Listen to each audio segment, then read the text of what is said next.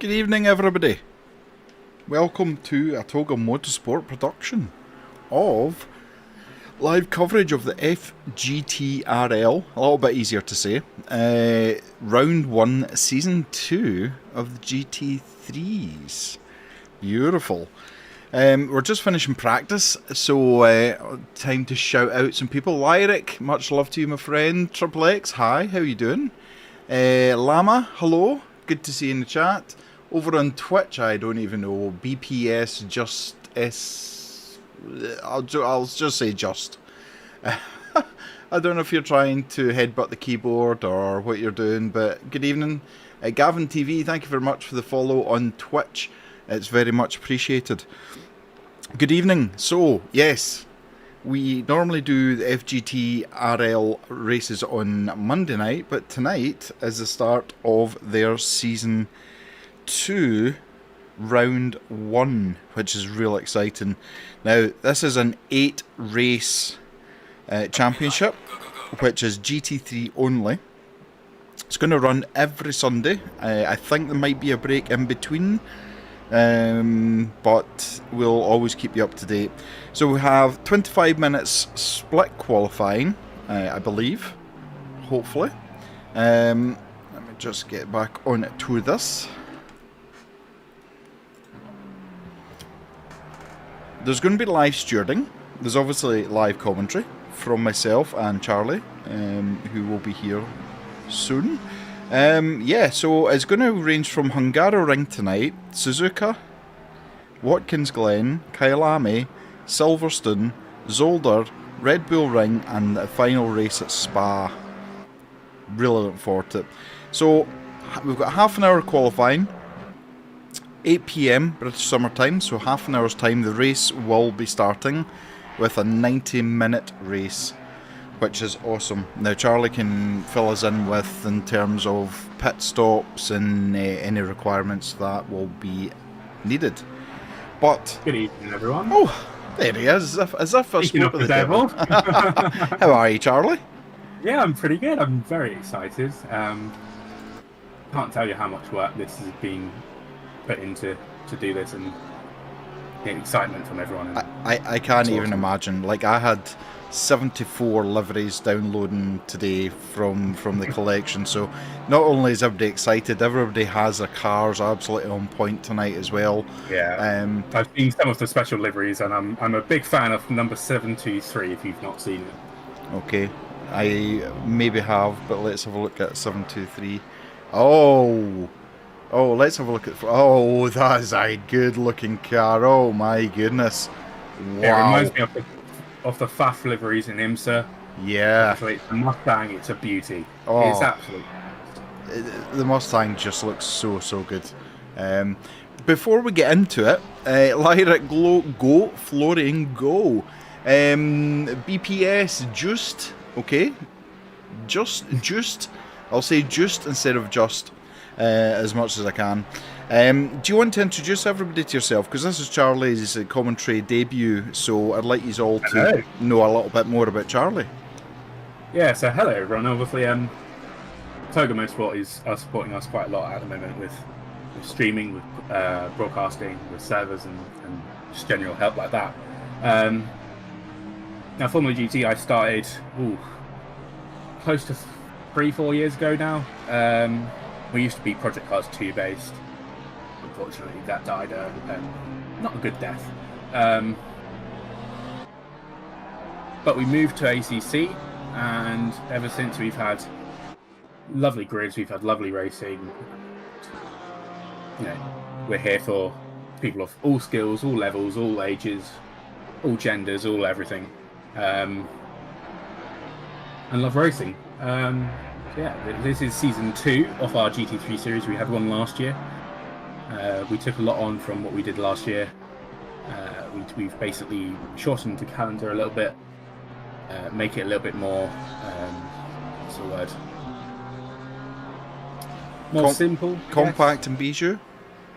Exactly. Compact is the perfect word. Make it more compact, make it more simple as well. I think last year we had... Racing Stories is a legend and subscribe to the channel. half of them were 2-hour races, half of them were 1-hour races. That confused a lot of people. It also sort of pushed away a few people as well who didn't want to do the endurance racing or the sprint racing. So we thought, we'll stick to the middle, make it a 90-minute race, an hour and a half, make all of them an hour and a half, 8 rounds. Yeah, pretty good. I have to say, 90 minutes is a good sweet spot. An hour just doesn't quite feel enough, and 2 hours sometimes just is more than you can give, whereas 90 minutes is just a beautiful sweet spot. Good evening, Kieran, stroke Kevin, stroke Kieran. Hello, Kevin. Oh, it's become a thing. It's the same as Belgium Racing Team. I've renamed them Brian Racing Team because I just kept calling them Brian all the time, even when they were Bart and Christian and everyone else. So, and Charlie's kind of downplaying his role. So Charlie is the owner of this community, as much as it's a what's the word?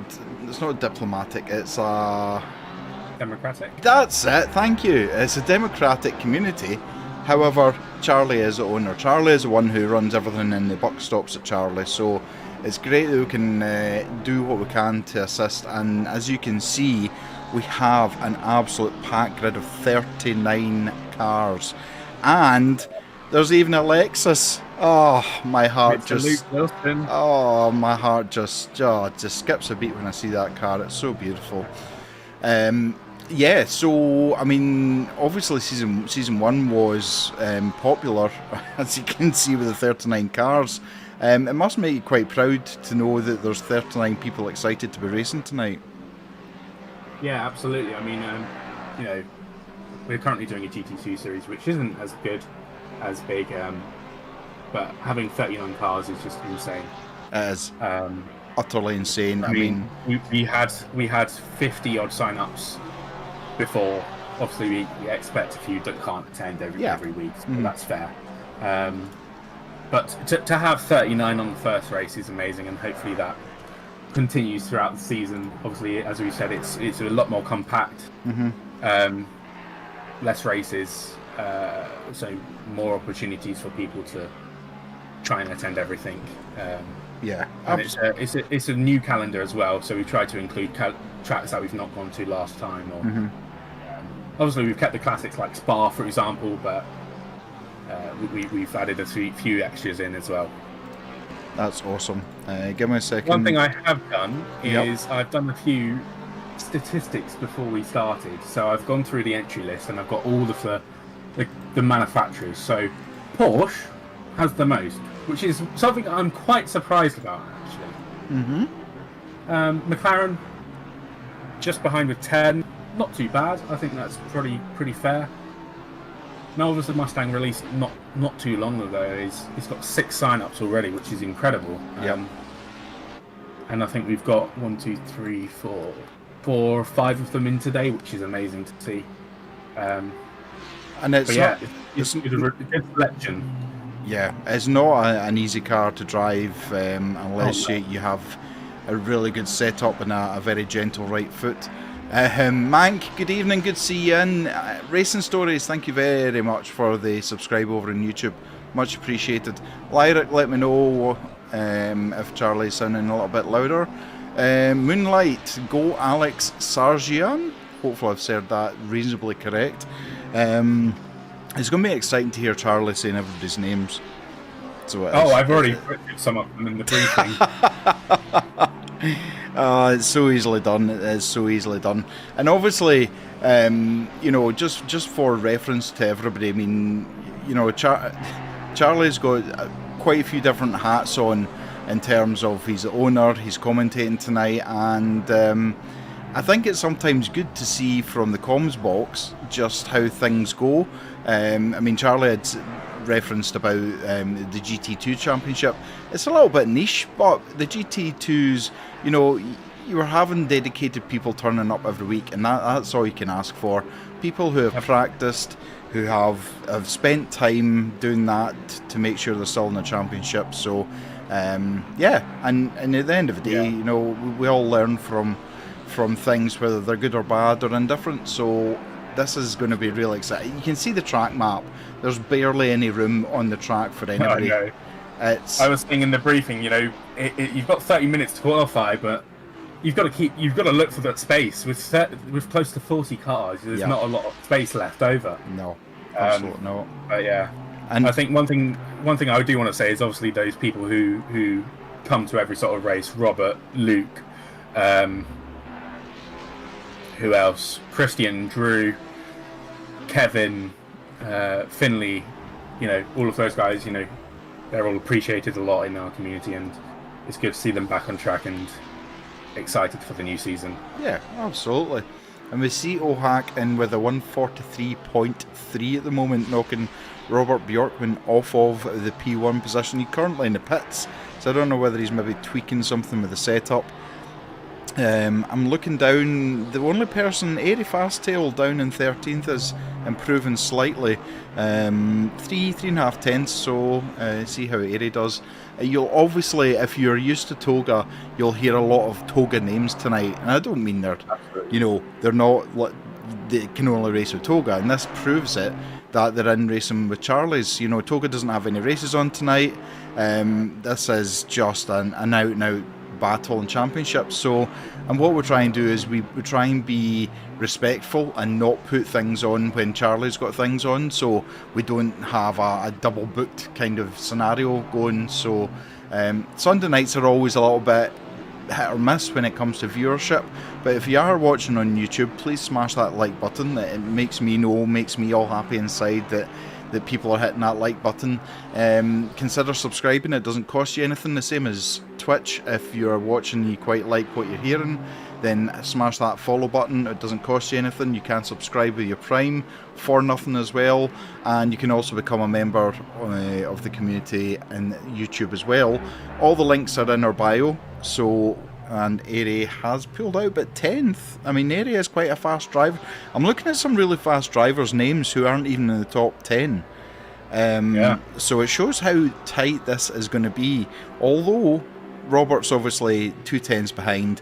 We've got Matt Townsend who's 6 tenths behind.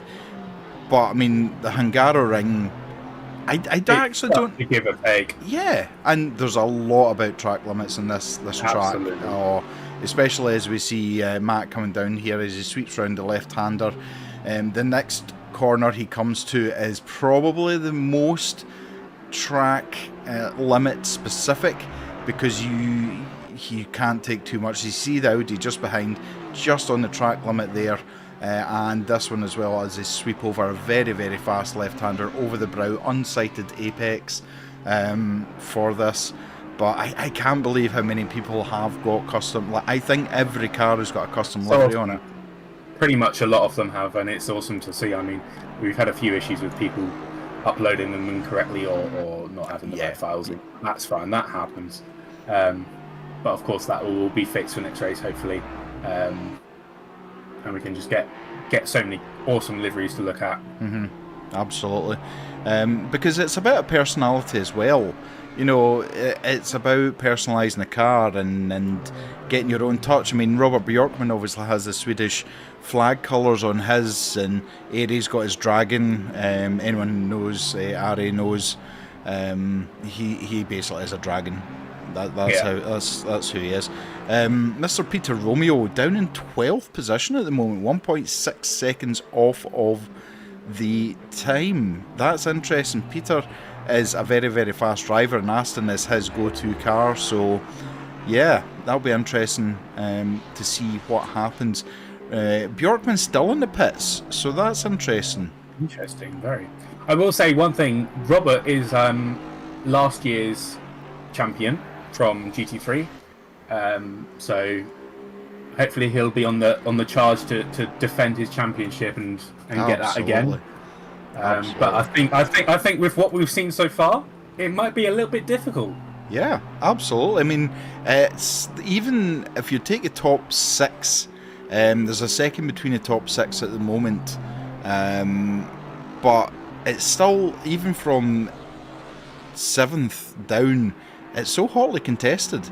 You're talking maybe tenths of a second or hundredths of a second between some of the drivers. So And OHAC still sitting with the 143.3.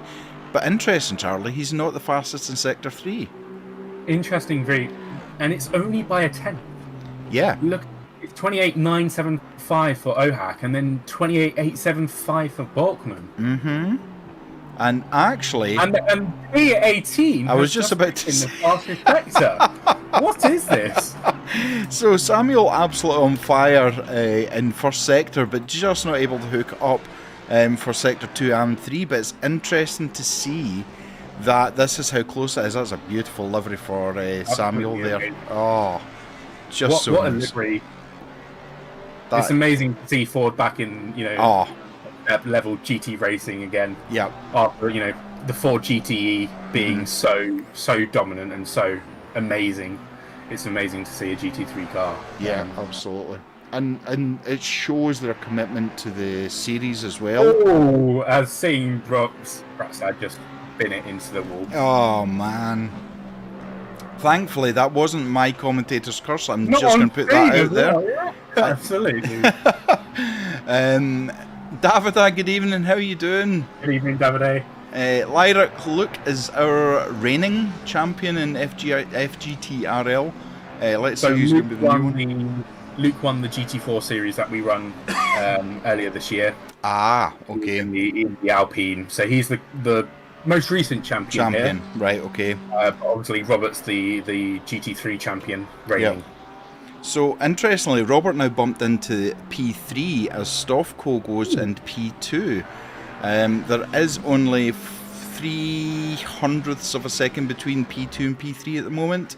As we're watching Robert taking on his flying lap, trying to get a sweep round the left-hander, trying to get as much power on, and then the most amount of run that he can. He actually takes that quite conservatively.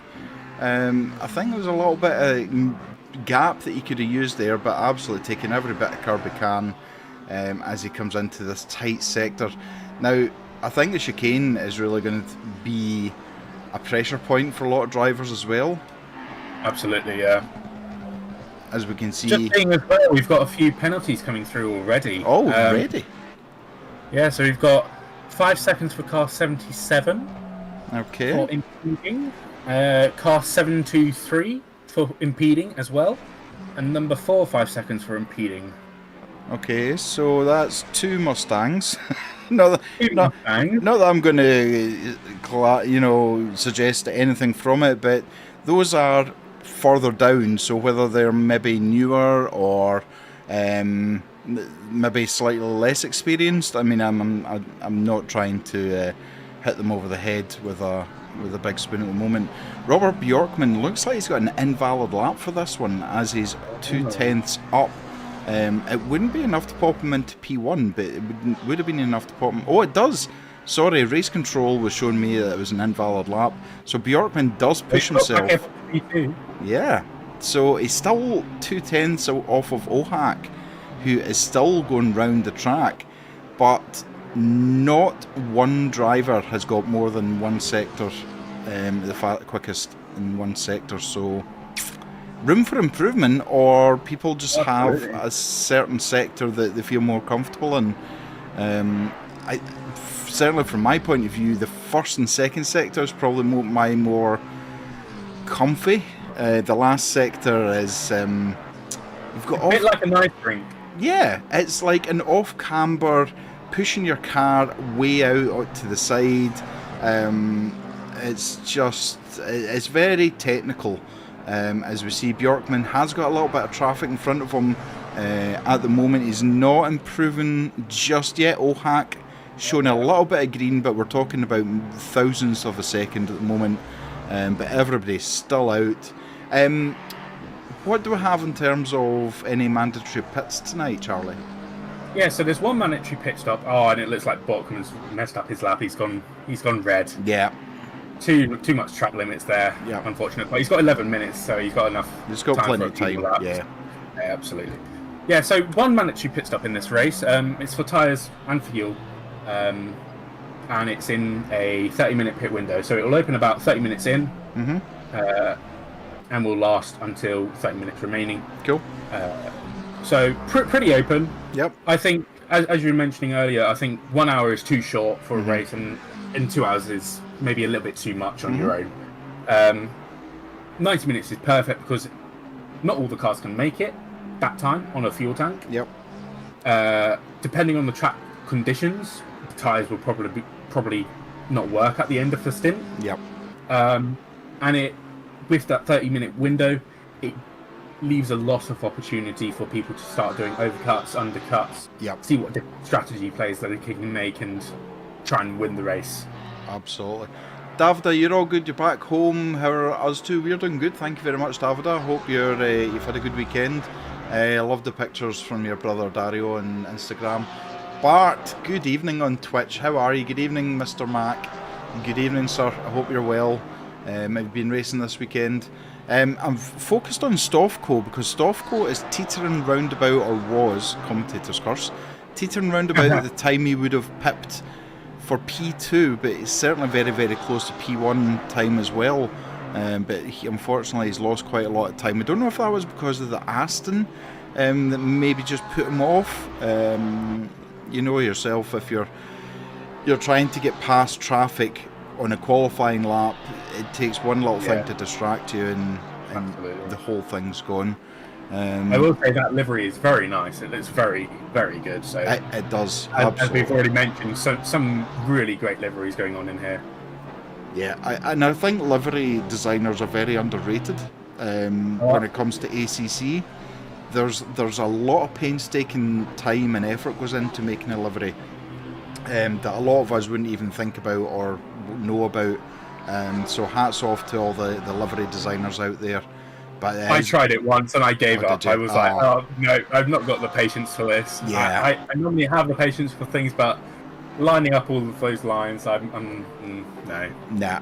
It takes a little bit too much. Exactly. Leave it to the professionals. And that's why they are the professionals, because they've got the patience of a saint. Samuel Brackstad, now it's shown an invalid lap, but I'm not believing race control just now. 1.2 seconds up on his fastest time. That would put him into P1, but he's now lost a little bit of time there. Peter Romeo not really impeding him. I think just whether the Mustang has a little bit of the oversteer or understeer, but he's backed out of it altogether. He's got traffic ahead of him and it looks like he's going to let that traffic go, give himself a bit of room and try for the next lap. The thing is, with this track, you sort of want a slipstream or a toe on the main straight and then just get them out of the way and get on with your lap sort of thing. Absolutely. I mean, it's such a heavy, long braking, because you're going downhill, braking towards a hairpin right-hander, which continues with almost like a secondary apex that you don't even hit. So it can be really difficult. And you can see this corner that Simon's going around just now is downhill, but it's also off camber, which basically means it's the apex to the edge of the track is actually flowing down the way, so it's your car is wanting to basically go towards the edge of the track. But Samuel's absolutely throwing that car about as if it's a rag doll at the moment. It looks like number 53 was just up on his time. Pietro Becchia. Just saw on race control. Obviously, that's him in the wall. That's you can't park there, sir.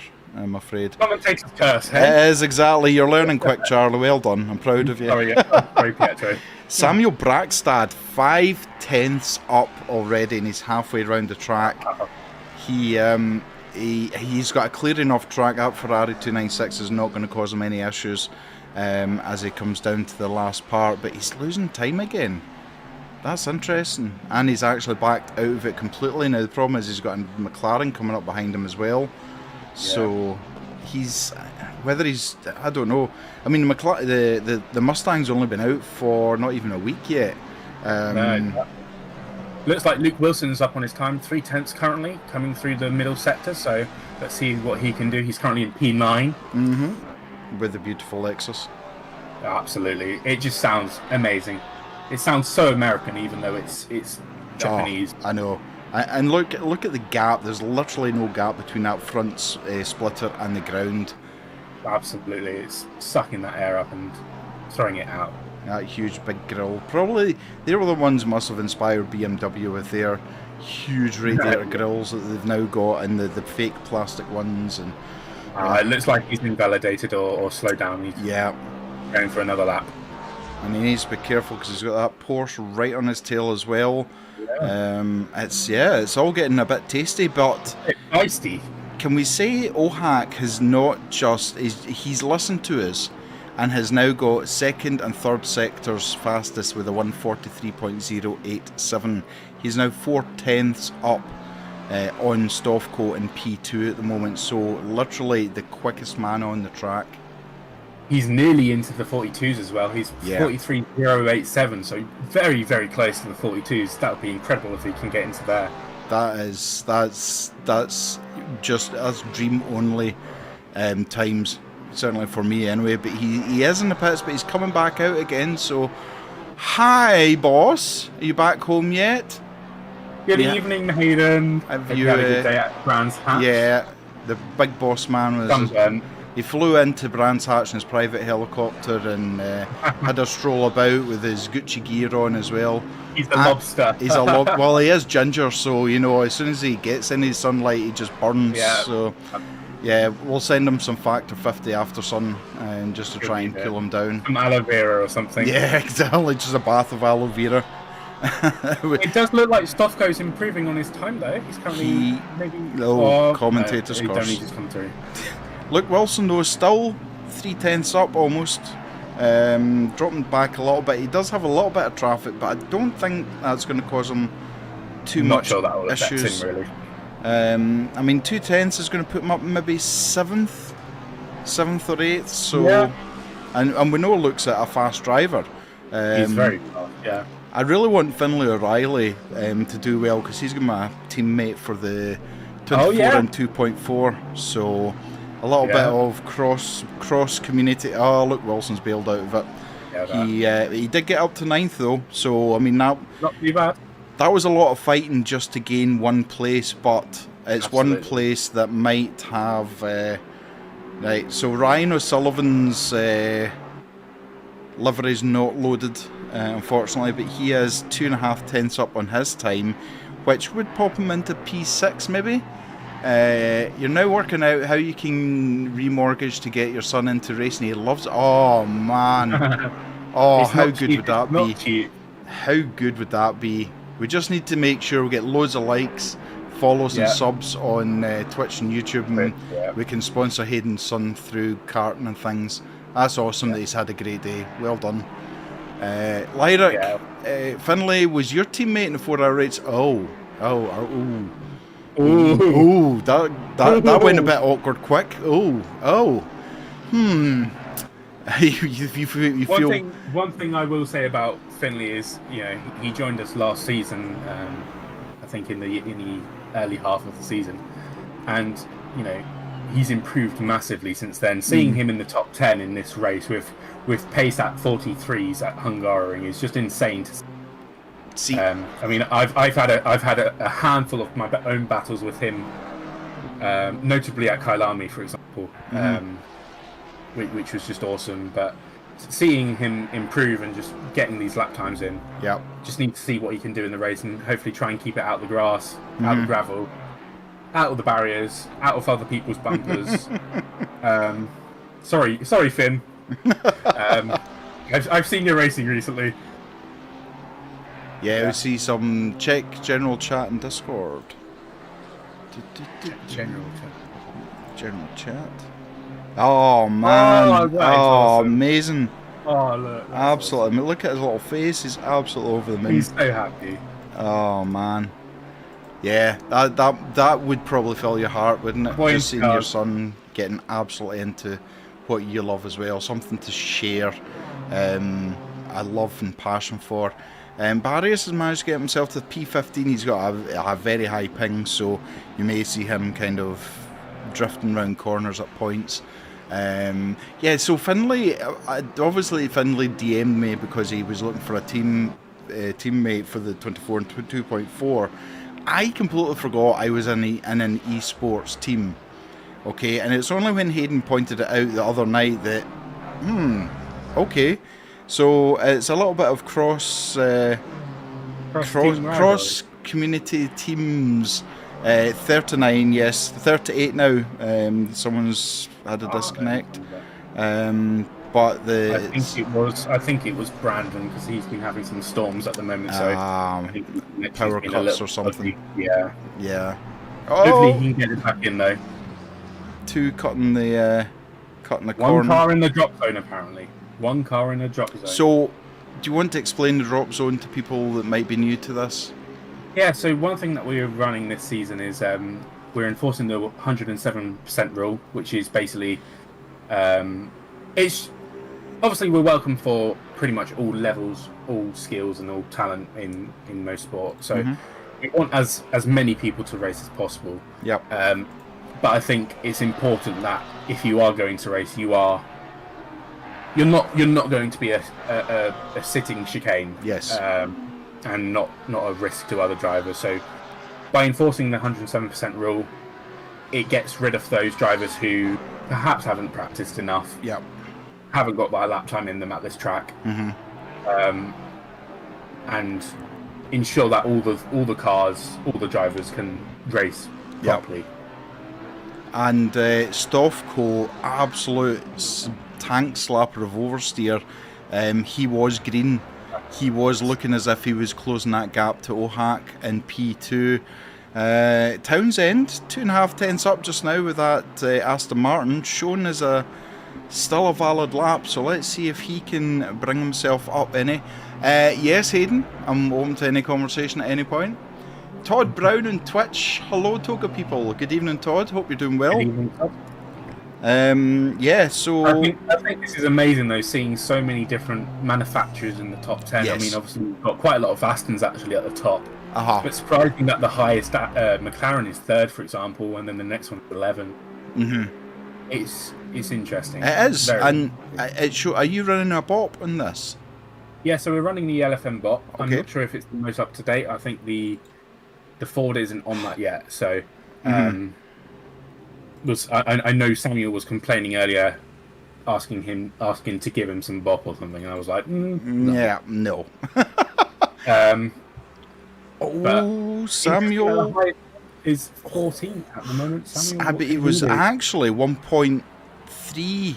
Samuel could put himself into top 4. Oh, he's done it. He has. What a lap! Wow, that lap has been coming for a while now. Absolutely. So it has. That That is amazing. Well done to Samuel. That is utterly amazing.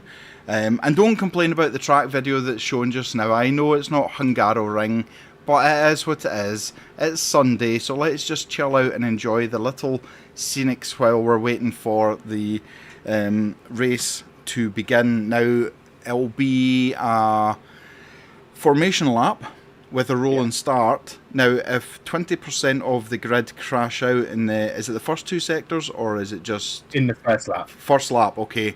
Then it'll be a red flag, and you'll see it come up in the game chat saying red flag, red flag, red flag. It'll be a return to garage, and then it'll be another formation lap. They'll start from the qualifying position, not where the red flag happened.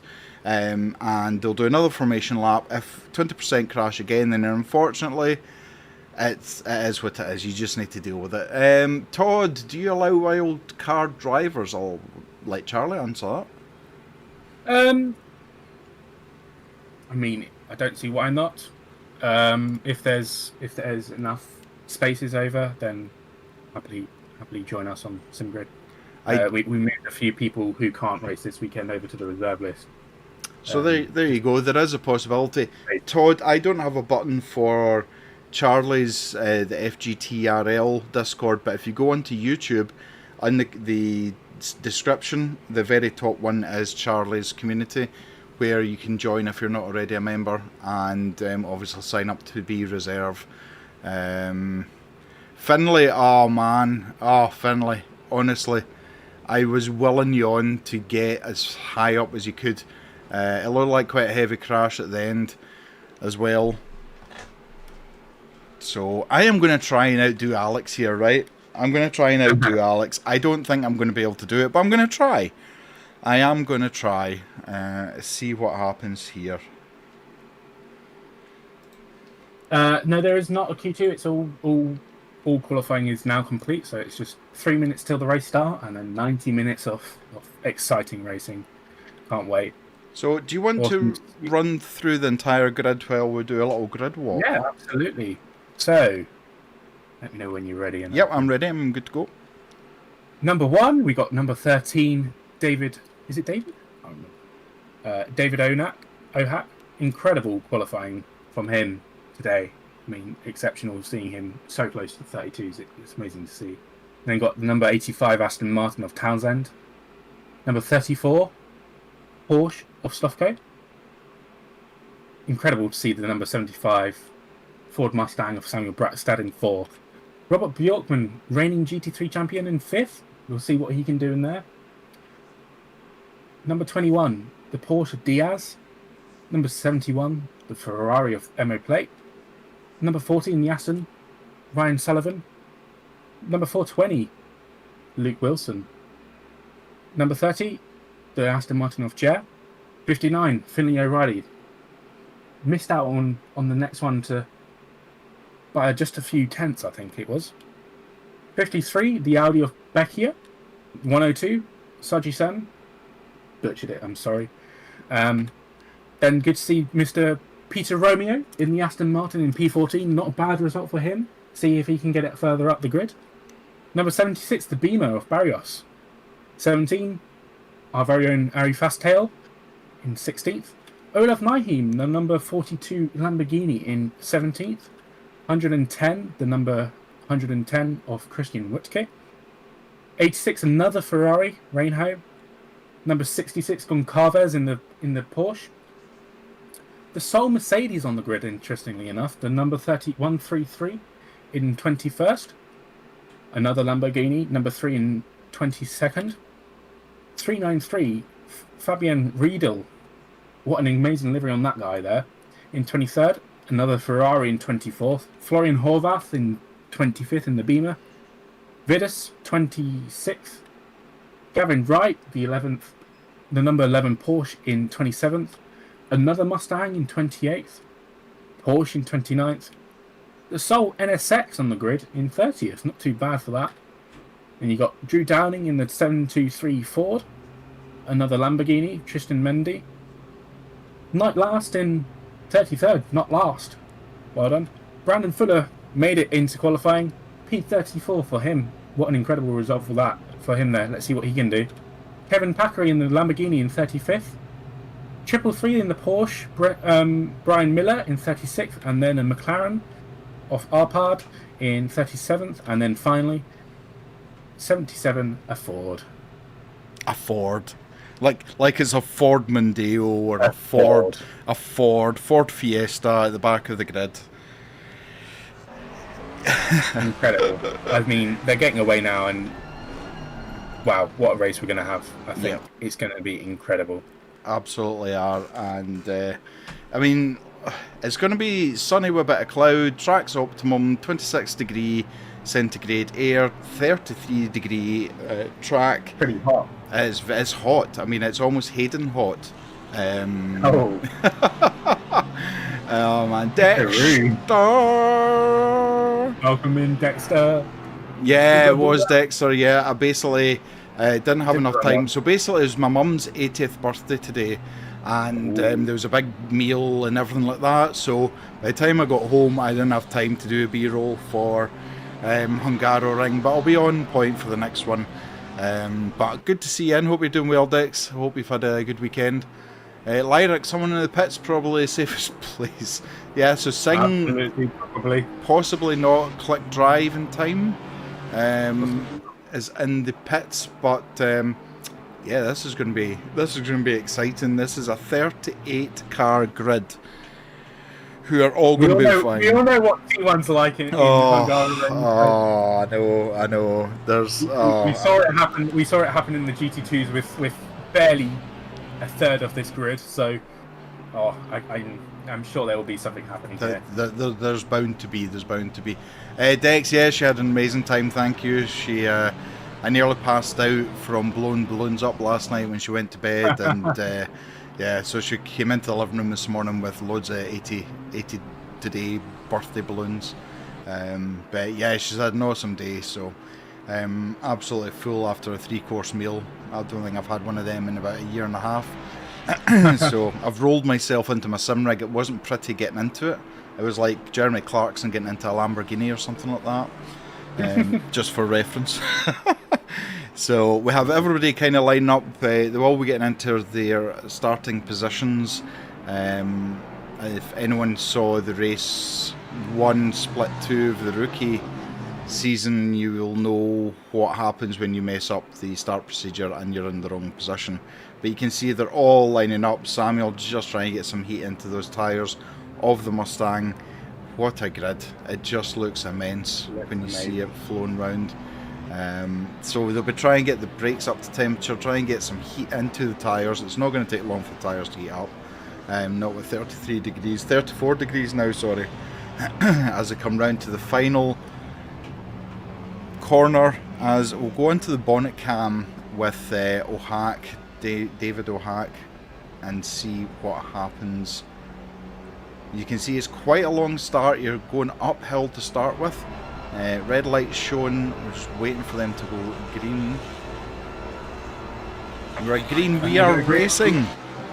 Great start. We've got people with drive-throughs for out of position on start. They'll have to serve them within 3 laps, so it'll be interesting. Let's see what happens in turn 1. Wow. Oh, 3 wide. Samuel squeezing a little bit, but everybody getting through by the looks of it. I'm not seeing any yellow flags, but we've got a couple stopped at the side of the track, but it's not the chaos we thought it was going to be. Samuel looks like he lost a place. He's lost position. Matt Townsend up to P3. Bjorkman now taking that back. Again, you can see them side by side coming up to this, and you can't go, oh, there's all the penalties coming in now. 5 seconds and drive-throughs, as Charlie says. But what a start from O'Hack, Charlie. That's amazing. That was amazing to pull that gap. It looks like Ari Fasttails had a little bit of an issue in the first sector, as well as Drew Downing. They've dropped quite a significant amount. And Guilherme Gonçalves in Porsche number 6 is still in the pits. Maybe he got damage on the formation lap. Yep. We'll see. But it looks like Bossatelli's binned it into the chicane as well. Oh. Now the problem we have now is race control. As the yellow flag has been disabled from the latest update, so we can't now actually see when a car goes off track. Normally it would flash up a yellow flag. But look at this train behind Stoffco. It's 3 wide in the 30 positions into the. It is just immense. Wow. They're all covered by like 9/10 is the longest gap at the moment. As you see, the top 14 train, and although Hack is able to get a gap, he's not running away the way I thought. Not running away yet. No. I mean, maybe he's being conservative. It looks like Finley O'Reilly's also dropped a few positions as well. Yeah, he is. He 10, didn't he? And he's now in 13th, so maybe he had a few issues there. Romeo's up into 12th. It's Diaz now making a little bit of a gap between him and Samuel Brackstad, but Brackstad all over the back of that Aston Martin, closing up really quick.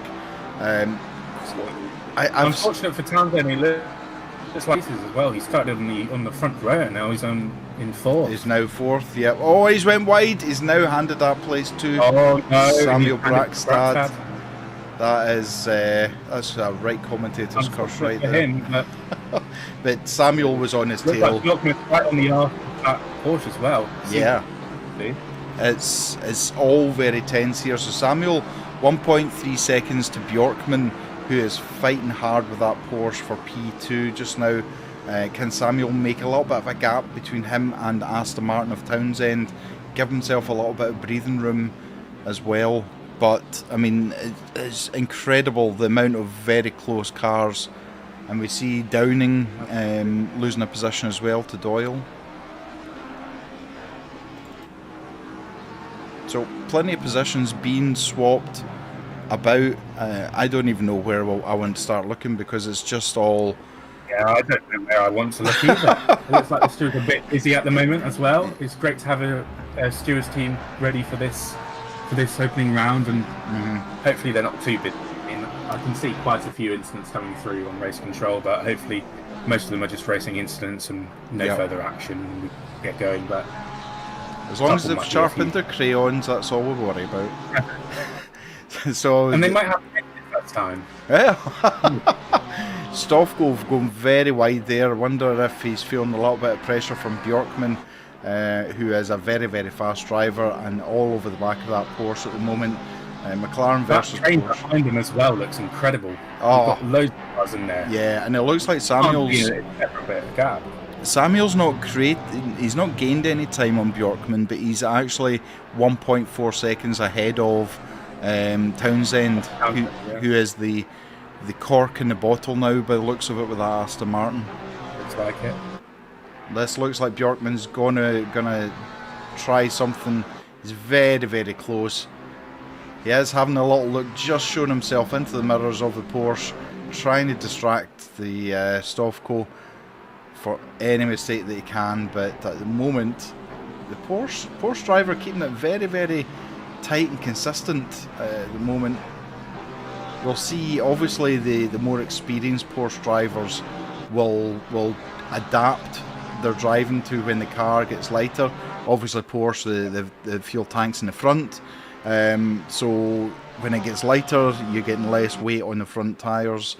But O'Hack now stretching a little bit, almost 2 seconds ahead of Stoffco. I think Stoffco's maybe a little bit distracted now with Bjorkman behind him, but Bjorkman needs to be careful because Samuel Brackstad is on his tail as well. He's just seen in the background the Mustang ready to pounce on any error from these two drivers.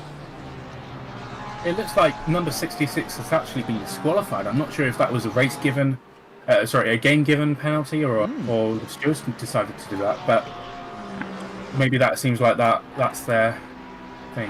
I've just sent a message to Kieran, hopefully to get that, so it looks like that's...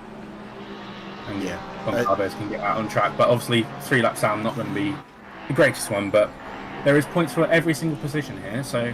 Well, that's it. Points make prizes, as we know, as the old television game show used to tell you. It looks like Bratstad's catching Borgman here, actually. I was just about to say, I wonder if Bjorkman is now having to look in his mirrors rather than looking forward, because Brackstad is on an absolute charge at the moment. Yeah. Now, we know from his laps, he was as quick as O'Hack in qualifying. He just couldn't get the lap knitted together properly to take that position, but he did manage. Oh, a mistake there from Stoffco.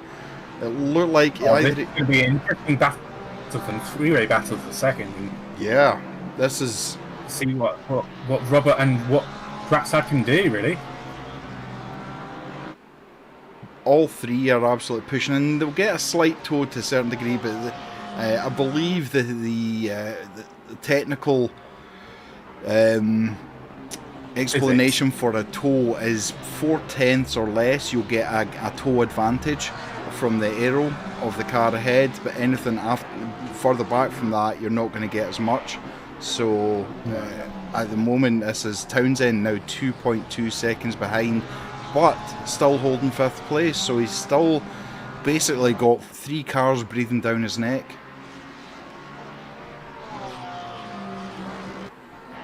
Stoffco sliding really a lot. exciting. I mean, you could literally just watch this and not say anything.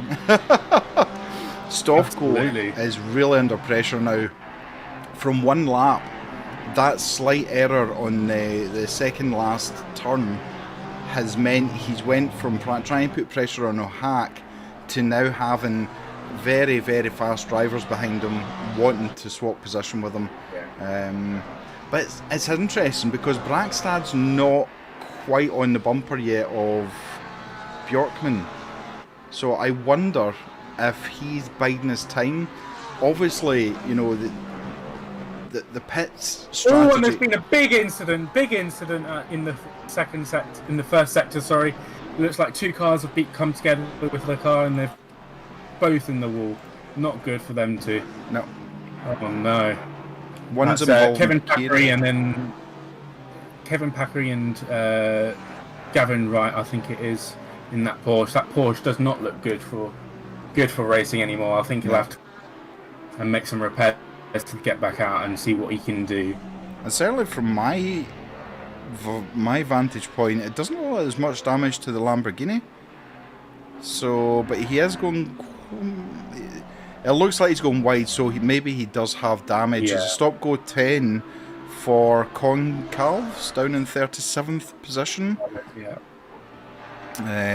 It It looks like Ari's making up positions as well. He's just got by Brandon in the McLaren. Nice, come on, Ari.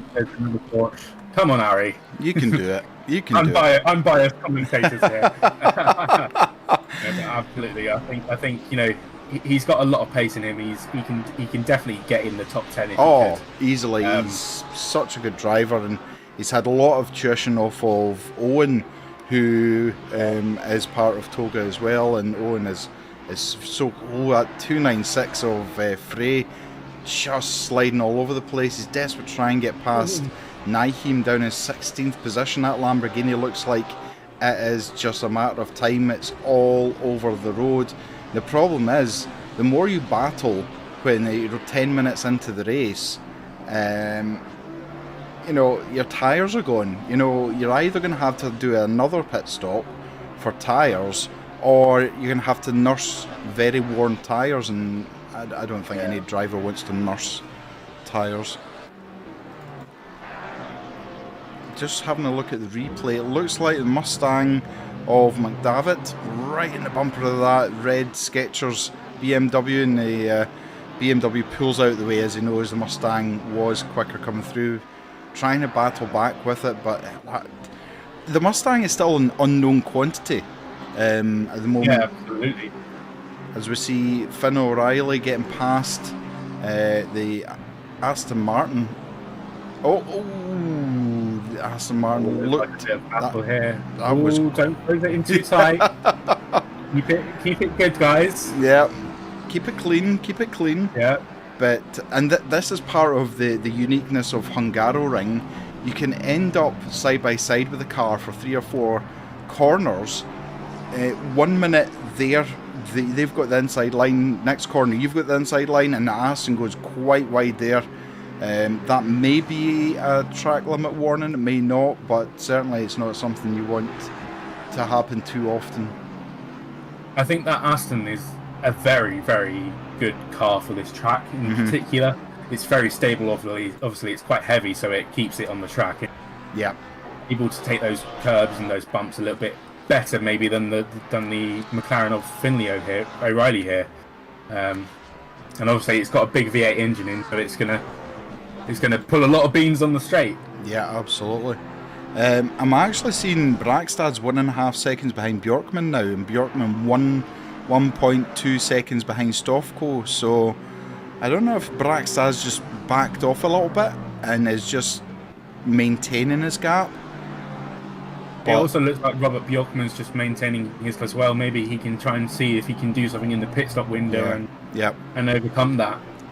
I think that's got to be the case for a lot of these drivers here, is just stay in position, don't make any risky moves, see how it works out in the pit stops, try and get ahead of them if they can do a shorter pit stop, for example. Yeah. Or work on pure pace afterwards. And we're seeing when they like better tyres, etc. Yeah. We're seeing Vidas, who's under pressure from Bossatelli with the number 9 Aston Martin. Lots of oversteer. This is such a long straight.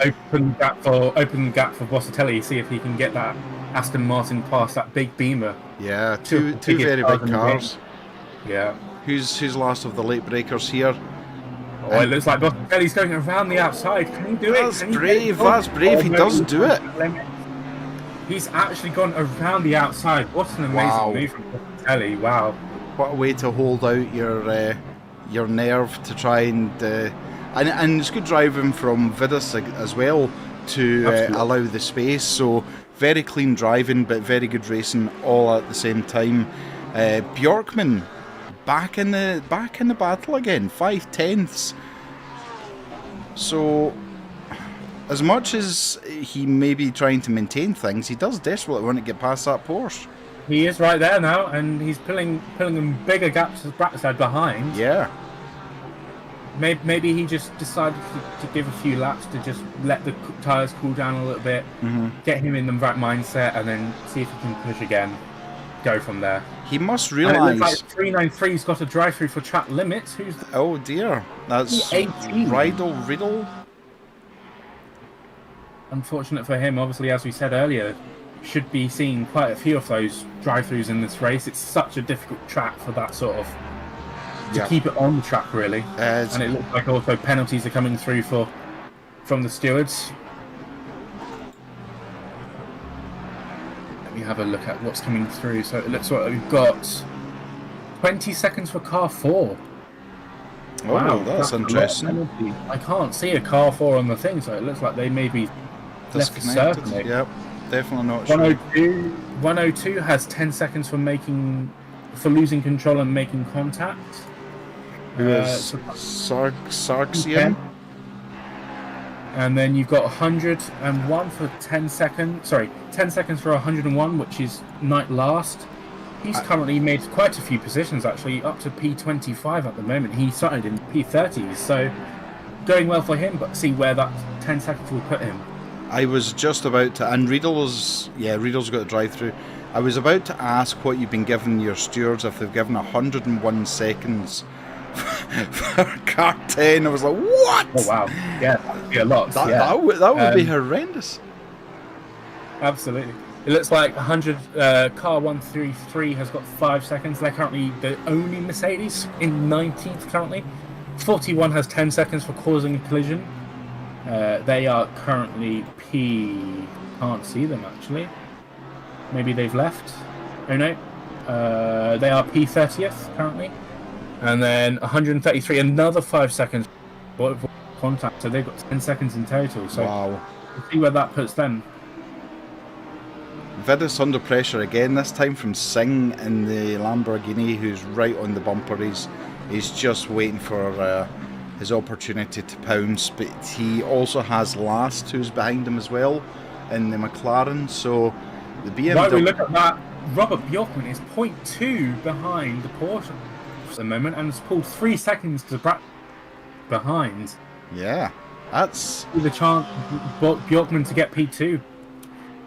He is really pushing that McLaren. He's pushing it to the limit. So much. You can see the McLaren, how much he nose dives as he's on the brakes. He's almost side by side as they come up to the chicane. Not quite enough from Robert Bjorkman at the moment, but trying to thread the needle through that chicane when you've got a very big Porsche in front of you is not the easiest thing to do in the world.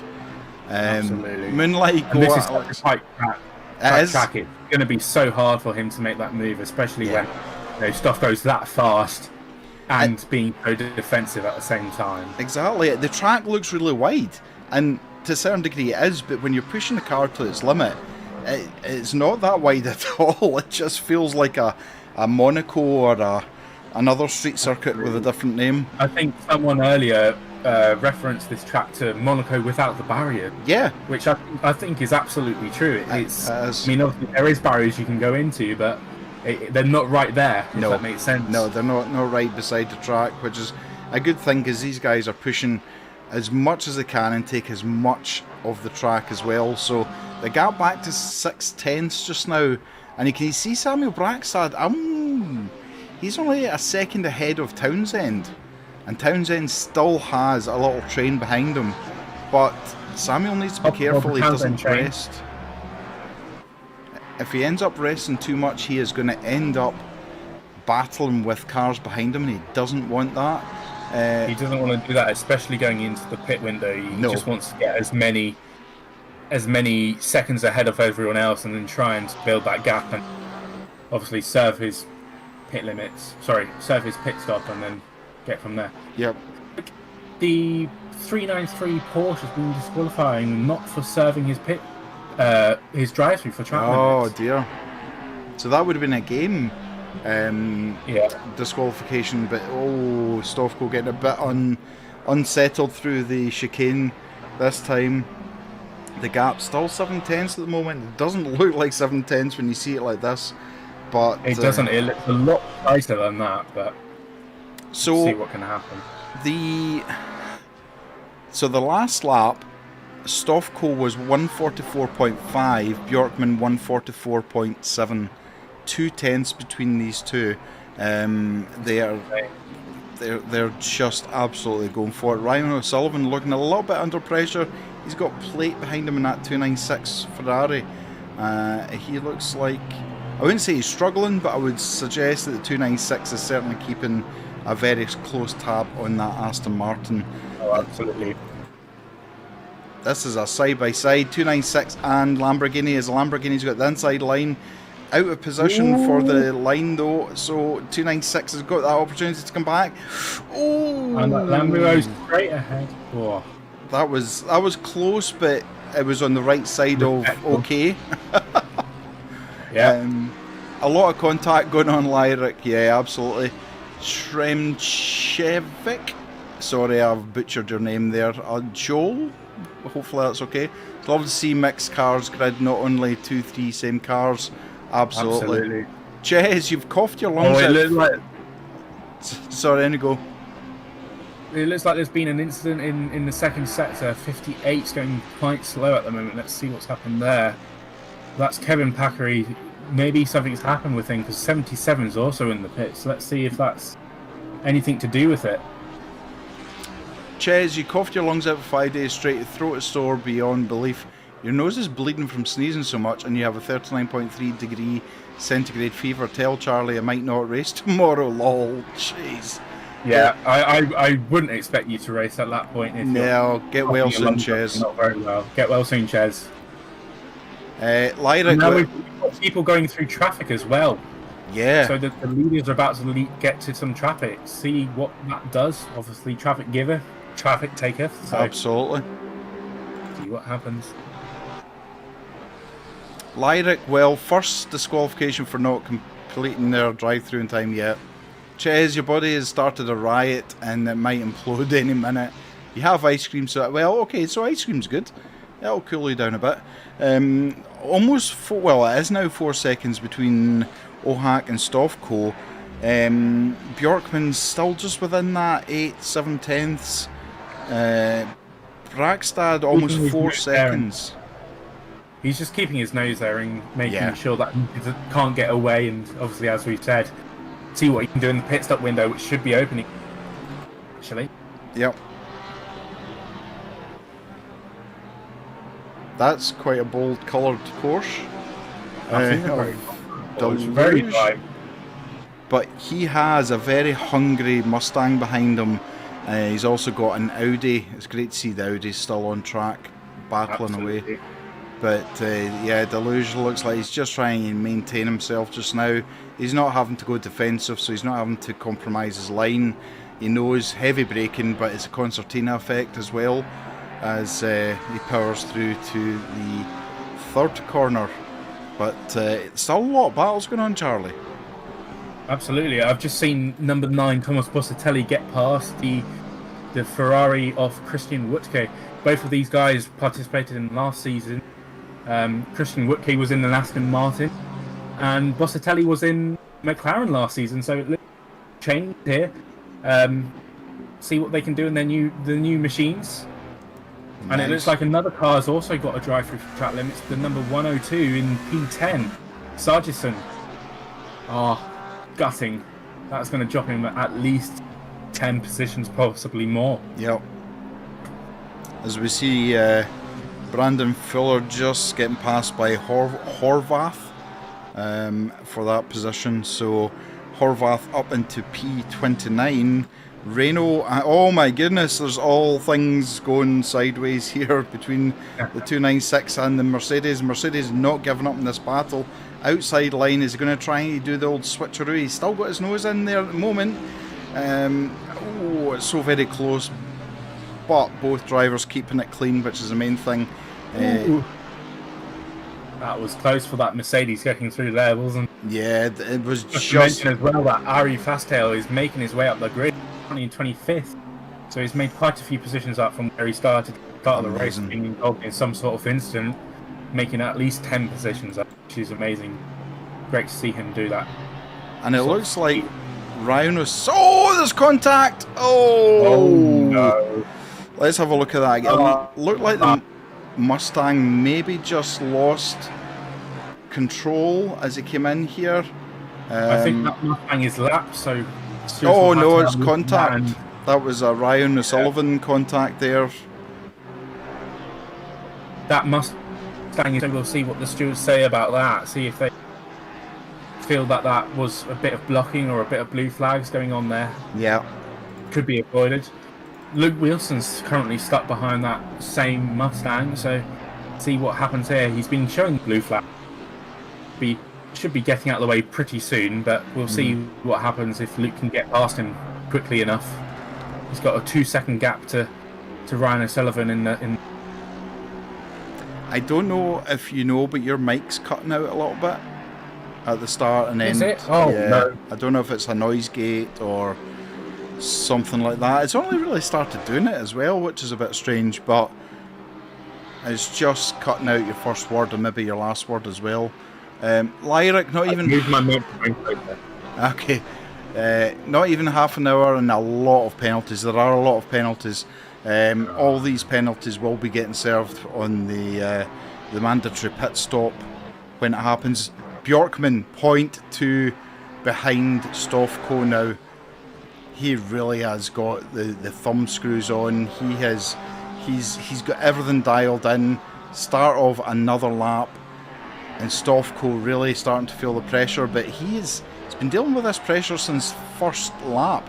In fact, since the green flag. So absolutely, he's not getting flustered. And it looks like Ponensis has just made a move in the Mercedes on Bossatelli. I think they're having a pretty good scrap here for P16 and P17. Two big engined cars have good scrap. Amazing to see. Side by side again, yeah. Pastel's making a lot more positions as he gets past two people this time. Beautiful. Narcoleptic, how are you doing on Twitch? Good to see you in. Hope you're doing well. Yeah, this battle's not over at all between these two. This is going to rage on. And on, I know. And on. There's lots of battles still raging on. And this is good though. This is showing it's not a one manufacturer race as such. If you look at the top 5, top 10, you know, you'd be very fortunate to see more than one car. Two Porsches, 2 Aston Martins and 2 Ferraris. But we have a Lexus in P9. Can we all just celebrate the Lexus, please? Let's go, Luke. Exactly. He's doing it for all us Lexus lovers. Lexus enjoyers, yeah, yes. Absolutely. It looks like there's a big battle currently going on in the midfield from P17 onwards. It looks like there's a few gaps there that can't... Number 53 Becky is chasing that Mustang of McDavitt and the Porsche Deluge. See what Becky can do. He was pretty fast in last season, so he's definitely not in the right position at the moment. He should be further up the grid for sure. Yeah. And the Audi of Becchia needs to be very careful because Singh is not far behind in that very, very yellow Lamborghini. Narcoleptic, you watched the full stream from the other night and got lots of good tips. Amazing, thank you. I am, excuse me, I will be bringing out videos, shorter videos for tips and cars and things like that I've learned. So keep an eye out on YouTube. If you're not already subscribed, it would be awesome to have you subscribed. But it'll be kind of beginner tips and things. But these two 296s, I absolutely love Renault's duck on the side of that 296. Awesome, doesn't it? Oh, and that NASCAR livery on that one behind is just awesome. Absolutely awesome. So, yeah. It looks like Robert Bjorkman's just lost a little bit of time on Stoffco at the moment. He's currently 1.2 behind, so maybe he is just trying to conserve a bit. Yep. Maybe the traffic's sort of stopping him, etc. It's a battle with Townsend and Diaz just now. Oh, yeah. Townsend under pressure yet again, but he's maintained since the start of this race P5, and he's done it well. We all know that Aston Martin can be quite understeery. It needs to be what I call driven really hard. Absolutely. So that means you need to really be the master of it. Where some cars you need to have an agreement between you and the car, the Aston you need to be the master of it for it to work properly. It does look like Ryan O'Sullivan has been penalised for that with that lapping car. He's got 5 seconds there, so that's interesting. To be fair, I'm not a steward. I don't have any stewarding experience, but it was all his fault, basically. Absolutely. And 5 seconds, I think, is quite lenient. So yeah, and it obviously was a back marker. It wasn't for position, but Lyric, Luke is further behind than you expected. Maybe the Lexus wasn't the way to go. And it's a long race yet. There's still an hour to go. Right. And we know that Luke is very good at strategy calls. He can make those strategy calls when he wants. He can save that little bit of gas just to go a little bit longer. So you could probably see him going longer than the hour to try and sort of outrun the rest of the cars in the field. Yep. I'm wondering if he is actually probably drifting around the circuit at the. He often does that, doesn't he? Yep, absolutely. More looking out the side windows than he is the front windows at times. Absolutely. Especially in the Lexus, he's got to be doing it. And the pit window has just opened, so you can see who pits in and takes their mandatory pit stop out the way. Obviously, there's an hour left. They can all make it on fuel and tyres at this point if they pit now, so it'll be interesting to see who pits now. Exactly, especially when, Ohak, as much as he's continuing to put in fast laps, he's actually losing about 3/10 to Stovko in the last lap. He's only 5 seconds ahead, so that's not much, especially if you haven't practiced pit stops. It sounds stupid to say that, but it's an actual thing. I managed to show that the other night on my LFM races, why you should practice pit stops. But and it looks like the Audi of Becky has pitted. He's taken the opportunity in the first minute to pit. Get this pit out of the way. That's interesting. Absolutely. That's very interesting. That is a long race left with a set of tyres. Absolutely. But as I said earlier, I don't think he should be in that position. He should be a lot further up in the grid compared to where he is currently. So maybe he got involved in at turn 1 or first lap. He's got a little bit of damage and tried to hold on to that damage and repairing that now, and then hopefully he can be a lot faster, pull his way up the grid a bit further. Absolutely. We're still watching this battle. It's still not over. It literally could reach out that portion, touch the front or the back end of the Aston Martin as they come down to finish another lap. Dex, we like Oprah in this bitch. You get a penalty, you get a penalty, and you get a penalty. Sharwin, who's narcoleptic, good to see you on YouTube as well. You're still trying to pick your starter car. You really like the Lexus, but have since learned the BOP has kind of limited its potential, so it's probably going to be either the Aston or McLaren. Two good choices. One thing I will say about the Lexus with the BOP is, for instance, here at Hungaroring, there is no BOP. It's got 0 kgs on it, so interesting.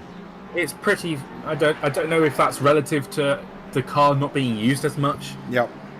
Or just the fact on pure pace that's where it sits, but interesting. And it looks like Singh's had an incident or had a spin in the last sector and has just been overtaken by Fasthane. Got up to 20 seconds, so incredible recovery drive by here. Airy, absolutely on point, and that is an updated livery that he's got on that Aston. Awesome.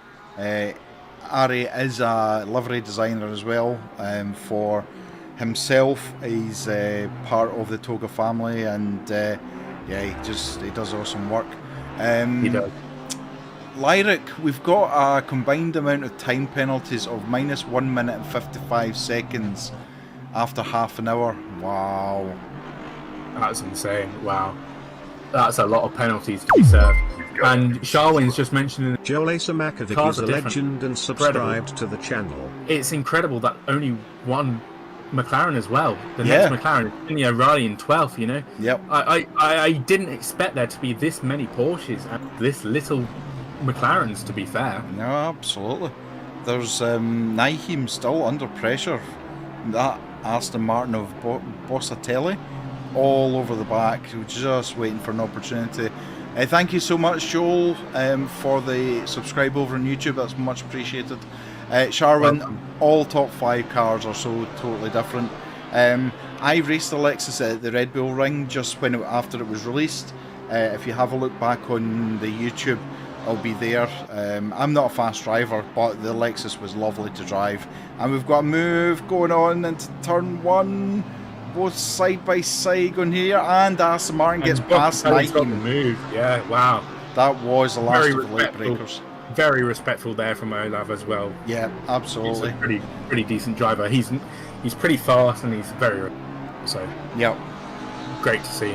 It looks like Finley's got a little bit of a battle behind him with that Beamer catching up to him. 7.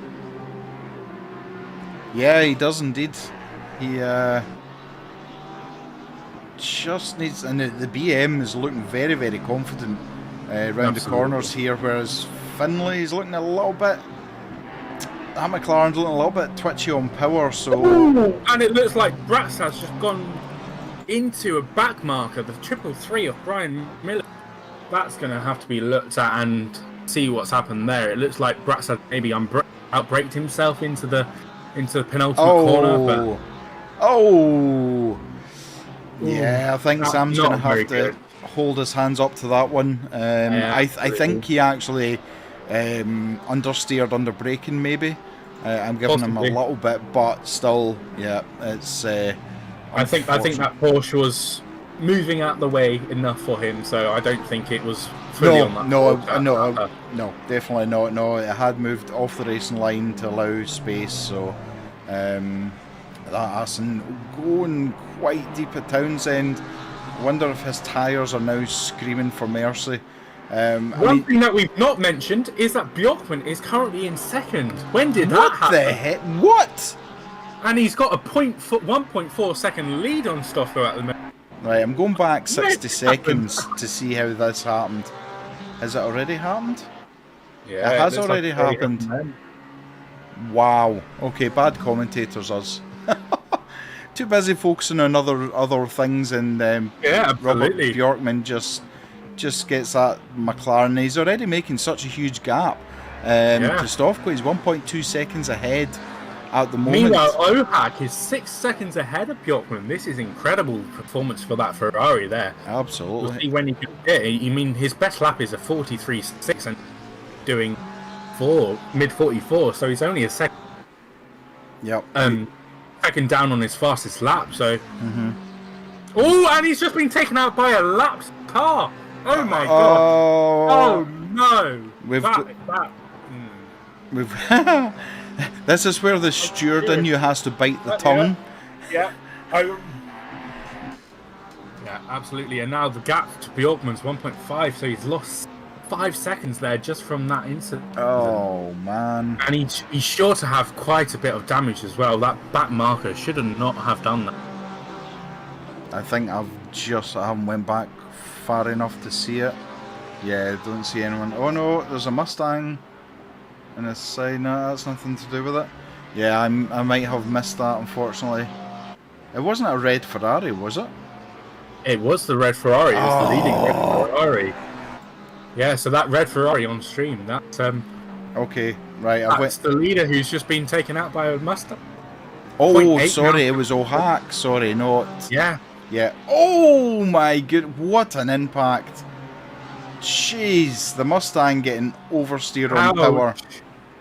Wow. Ohak cannot be happy for that. Oh my goodness! Look at the damage on the 296.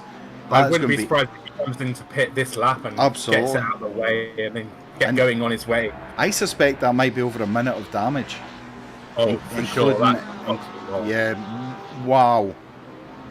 And that's not great. That'll be aero damage. That'll be suspension damage. There's all sorts of things. What I'm going to do after this replay finishes is have a look at his steering to see if his steering's still straight or if he's... Because that wasn't just an impact into a car, he ended up into the barrier as well. Meanwhile, it looks like Finley's just pitted from his position in P12, so he looks like he's going to be the next highest with the pit stop complete. So Pateron just getting past now, but Bjorkman is smelling P1. He is tasting it. He is. I mean, Ohak has had his chance to pit and he hasn't. So he's obviously sticking to his strategy. But look, Ooh, they nearly touched there. Wow. Lots of a three-way battle for the lead as well. Stoffco's only a second behind them as well. He is not far behind at all. But that Ferrari clearly a very, very difficult car to drive at the moment. But Bjorkman is just waiting his opportunity. And look at the oversteer as Ohak is trying to control that as best he can. Let's go I'm surprised that Ohak hasn't actually pitted. I think that's a mistake from Ohak. I would say so. I think it might really, really hurt his chance race. I mean, he's not got the pace with this damage, and Bjorkman's right on his bumper. So I don't know. I think it might be a mistake from him and saying goodbye to his win, to be fair. Yeah, his steering from the inside looks fine. Oh no, and he's just spun it. Oh no, yeah, I think that's a massive mistake for Ohak not to pit then. Yeah, I definitely think so. Yeah, so he went. It looks like he's returned to garage, so I think that's race over for Ohak. Yeah, absolutely. Unfortunate for him to have that. I mean, he had such a great qualifying, great pace at the start there. Pulling 6 seconds in the lead and then being involved in an incident, not his fault either. Yeah, no, absolutely. Absolutely. It was... it looks like he has left the server now, unfortunate for him. Yeah, that's... rage quit right there, and to a certain degree, can you blame him? No, not really. Not really, no. I think I would have. Yeah, absolutely, especially being in the position Luke Wilson comes in pits. So Luke Wilson is now the highest person to pit at the moment. Yep. We've got a battle. Townsend now promoted to P4, but gets lots of understeer on the third corner there as he tries to keep the Porsche behind him. Diaz sniffing for that P4 position. Brackstad promoted to P3. Stoffco into P2, who's just over a second behind Bjorkman, who is now P1. That is painful, and unfortunately that is racing at the end of the day. And it does look like Brackstad's been given a 10-second time penalty. Yes. Early on, so... Yeah, so that'll be for the back marker. Reciprocate that, it's on Brackstad, and he'll be penalised and have to serve that in the pit stop coming up soon. Absolutely. And that'll affect how he decides what he's going to do. And I wonder if Ohak should have, as we called it, he had the opportunity to pit with that damage, and he didn't. Now, I would say the sign of a really switched on, tactical, strategic racing driver, whether you're sim racing or real racing, is you need to adapt to what happens, and instead of maybe sticking to his guns about his strategy, he should have pitted. That, you know, everyone has their own views. Maybe he wasn't thinking clearly. He was maybe still very, very angry about what happened. But narcoleptic, it's really unfortunate for the Ferrari, but you would have loved to watch him coming back through the field for the next hour. Everybody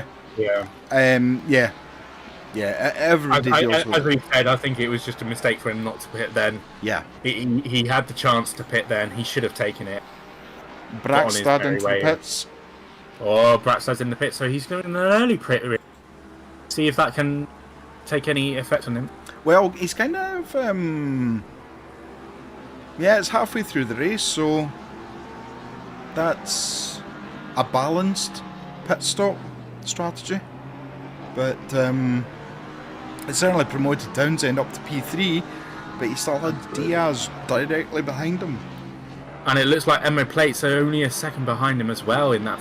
So A three-way battle for third here? Yep, Possible. absolutely. We've now got Naheem and Barrios in the pits as well. As we see, don't know if that was a pass or... And Bratstad's out of the pits now, so he is currently the highest with top complete. We'll see what that puts him out at when all the rest pits. There's only 16 minutes pit win. Yep. Not too long, but still plenty of time for him to pit. And these two 296s are still battling each other. It's been That's amazing. just like to keep your concentration that long, not only to be racing but to be battling with someone as well. It's great to see. But we've got Townsend and Diaz into the pits, and Stoffco as well. Ryan O'Sullivan promoted to P3, Plate into P2, and Bjorkman is hanging this out for as long as he can. He's got some back markers he's just passed. That will help him. Plate is 12 seconds down the road from him at the moment, so that is very, very interesting. Ryan O'Sullivan, obviously, he has that 5-second penalty to and deal it with. looks like Woodke might make a move here soon. He's very, very close to the back of Reinho. Let's see what that NASCAR-inspired Ferrari can do. Hey Alex, how you doing, buddy? Alex is in the chat. Welcome in, Alex. Good to see you. Hope you've had a good day. Oh, and he goes... like Woodke's pitting. Woodke's pitting, yep. I think that's a sensible idea. If you're battling a car ahead and you're not getting past pit, there's no point in just destroying tyres for no reason at all. It's not a close battle, it's under a second. Evening, Ollie, how you doing? Hello, Ollie. Good to see you, mate. Bossatelli into the pits as well in Aston Martin, but Barrios in P18 and O'Reilly in P19 at the moment. These two battling. We've also got in 24th, 25th as Singh and Becchia. You're currently dyeing your hair. What colour are we going for, Ollie? Yeah. I'm not that I'm jealous that you've got hair to dye, but you know. And I'm not dyeing my beard before someone suggests it in chat. Thank you very much. Why not? Why not? Well, I could dye it. I could blonde first, then blue on top. Oh, that's going to be a Smurf. Pink beard? No, come on, used to pink beard. There's already someone on Twitch that has like that. Narcoleptic, can you ask them to stop the race for 3 minutes so we can make a cup? I don't think the drivers would want that. Yeah, no. I know you. Yeah, if you're making one, mine's two sugars and milk, please. Oh, Mac, I think you've got to do it now. No, I don't. No, no, We'll do it. Yeah, absolutely. If you say dye, half of it's white already, Lyric. It's like everything from a jaw down is like white. It's like someone actually called me Captain Birdseye a while ago. If you don't know who that is, Google it. Helpless as carnage, Kieran. Absolutely, Kieran. It's amazing to see how many penalties have Oh my goodness. We're just watching as Bossatelli. Oh, that was unorthodox, I think is the way I would describe it, but great driving from Vidus to see it happening and get out the way of it. It looks like Riley's on the back of the beamer of Barrios at the moment. See what he can do. They're both pitted, so see what Finley can do if he's got some more pace in. Both staying out still, or in fact they're both pitted in, as you say. Yeah. Kieran, make it stop. just get them all to stop on track where they are in position. Yeah. Narcoleptic, red flag now. Yeah, Narcoleptic needs to make a cuppa, and I think Kieran needs some specialist help. Yeah, he's seems, I think. Yeah, let's see how that that Maverick in the Honda is doing. Where are they currently? They're currently P. I don't think they're in it anymore. P16. Where are they? P16. P16. There they are. Doing well. They were doing not too bad. Further down, Peter Romeo, who's in P2, is now into the pits for his mandatory stop. And Ryan O'Sullivan's out there in the lead currently, but he's obviously got that 5-second penalty on him. Interesting. Let's go back here. Stofko has pitted and he is ahead of Bjorkman. Ooh. Now that is interesting. That is but really... there is only a little gap of 1.8, so he's pulled a little bit of gap, but... He has 2 back markers ahead of him. Poor Pateron is just about to get lapped again. He must be sick of seeing blue flags today. I know what it's like. It's horrendous. What's this convo about switching teams earlier? I don't know. I need to speak to Hayden and find out. I don't know what I don't know. I'll speak to Hayden and find out what his mind's working away at. Not many spares for him and her in the paddocks, lol.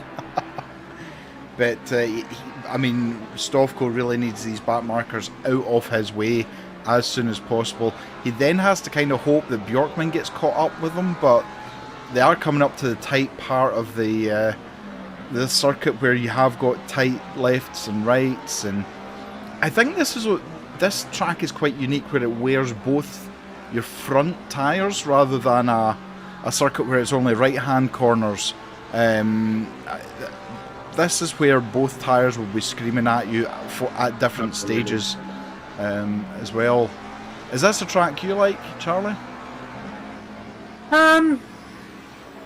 I've not really raced it that much, to be fair. I think it's in general. Mm-hmm. It's got a lot of medium speed, low speed, high speed. Obviously, it's got a big straight that you can do with. Sorry, Brakstad had a bit of a send there and nearly pulled it off, but not quite. But this is a four-way battle! Oh! Wow! Brakstad paper width apart, and he's one has now pitted, so that's cleared a little bit up. But oh my goodness, this is all in the top 5 as well. Narcoleptic, is that Ronnie O'Sullivan, the snooker player in P1? It could be. It's his brother, Ryan, but he's also pitted as well. So Stofko now is officially P1.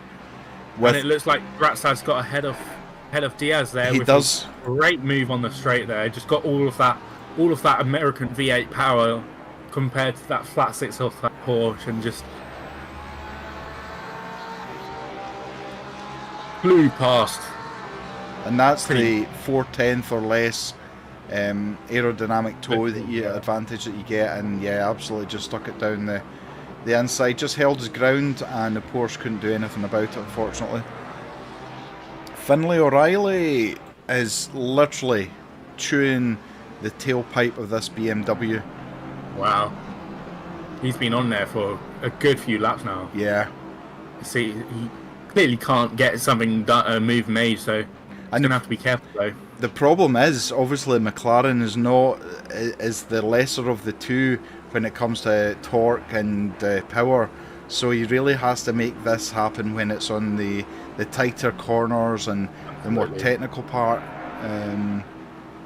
But yeah, absolutely over back, and that is going to play into the whole tyre situation as well.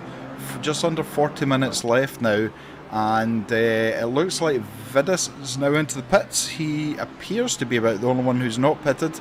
There's only Kevin Pateron in the pits at the moment. Drew Downing hasn't pitted yet, and then Traconis in last hasn't pitted yet. So only 2 more people to pit, and then that's everyone done. And interestingly enough, Luke Wilson currently P7. Yes. Come on, the Lexus. Oh! That Lexus is pulling it through. Oh, Samuel Brakstad had to pull out of that brake. Oh my goodness, he was about to take out plate in the 71 Ferrari there as a back marker. That would not have been good. That would not. Singh has got a 15-second penalty. Car number 3. I don't know if that's a new one or a old one. Car number 3, let's have a look. Yeah. Car number 3 got 15 seconds for making dive bomb and making contact. No luck. Interesting. So that's not good for him. Noob, Ronnie is bored of snooker, trying something new. Do you know what? I wouldn't be surprised. Ronnie O'Sullivan has that type of attitude. If he's bored, he'll, and he said it in his own words that he is bored. He only goes back to snooker for specific reasons. So But to have that talent and have that mindset is quite outstanding. It's amazing. Importantly enough, we see Reinho and Woodkey once again battling it out on track. They must be Even after pit stops, they are fed up with each other. sick of the sight of each other. They're like, oh, just any other car rather than the green and yellow, please. It looks like the Porsche Riedel's coming through. Maybe he's a little bit faster and trying to get back at Woodkey at the moment. Yep.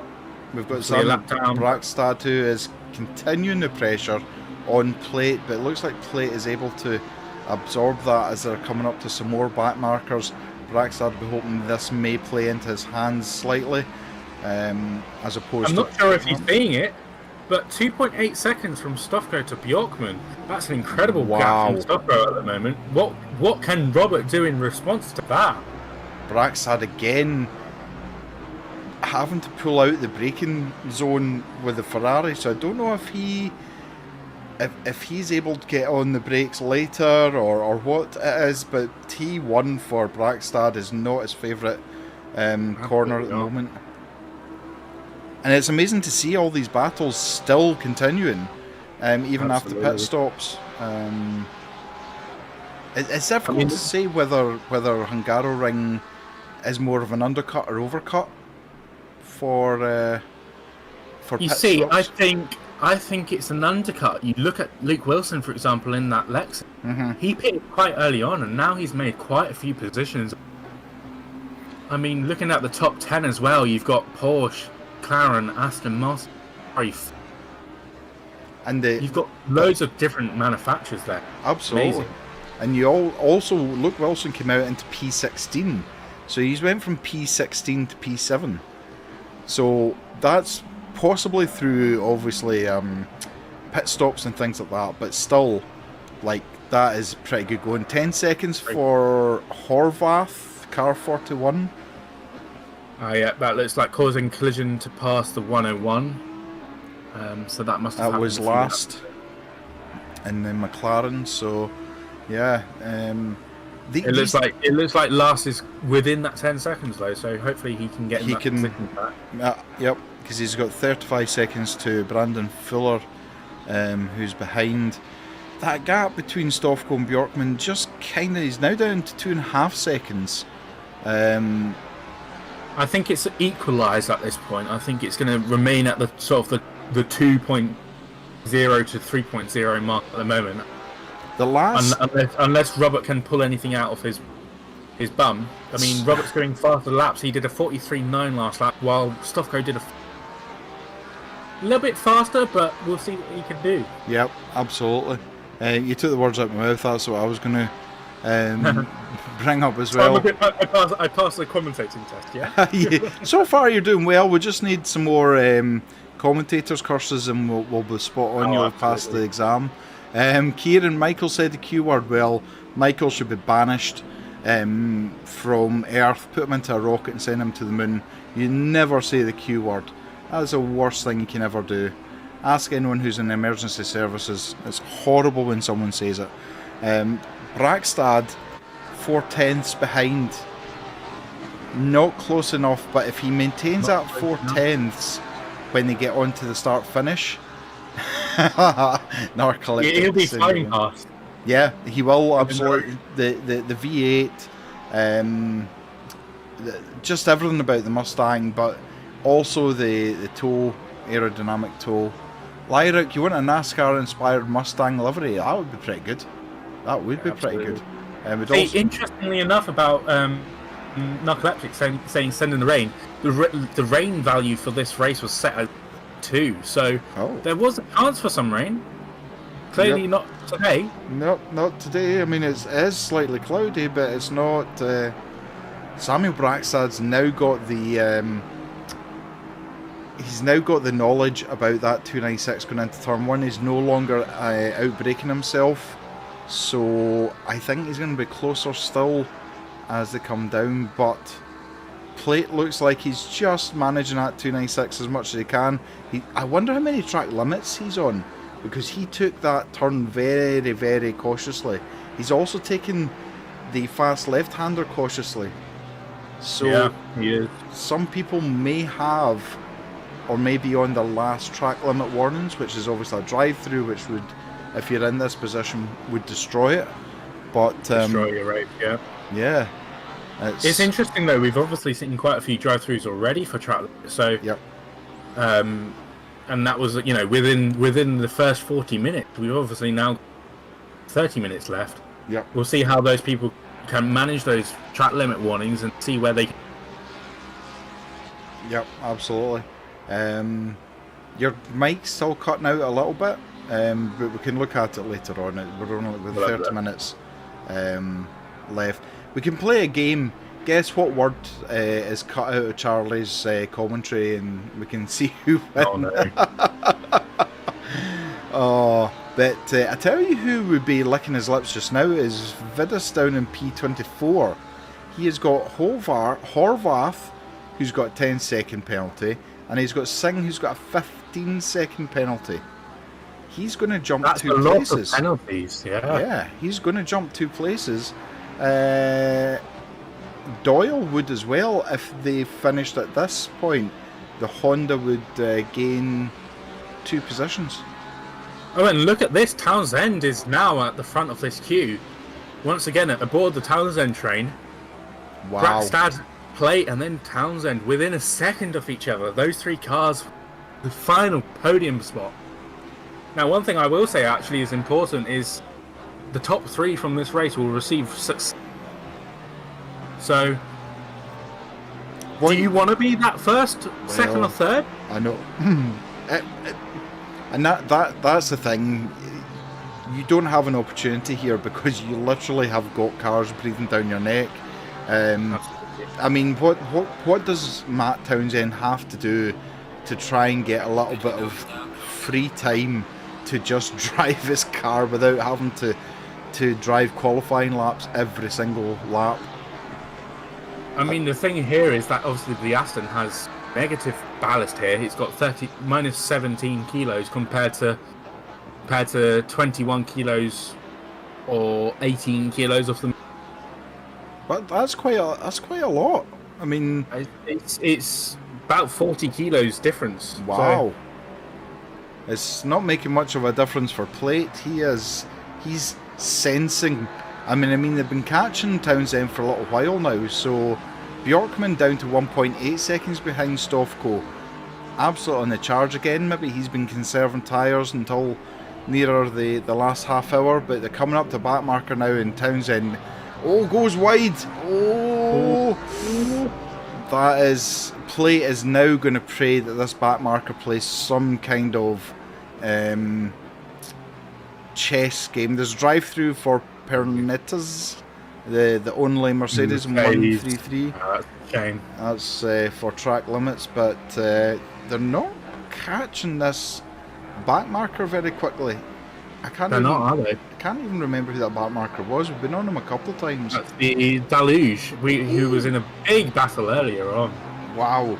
I don't know what's going on with Sam's brakes, but again, nearly outbraked himself.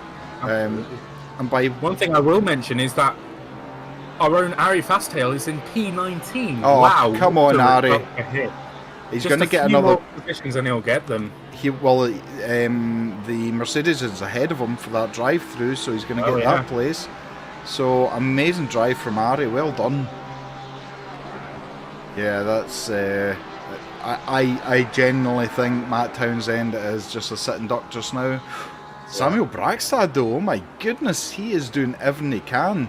He wants past Plate. So Plate is not only focusing on Townsend, Aston Martin, he's focusing on that Porsche, but he's also got Brackstad to keep an eye on as well.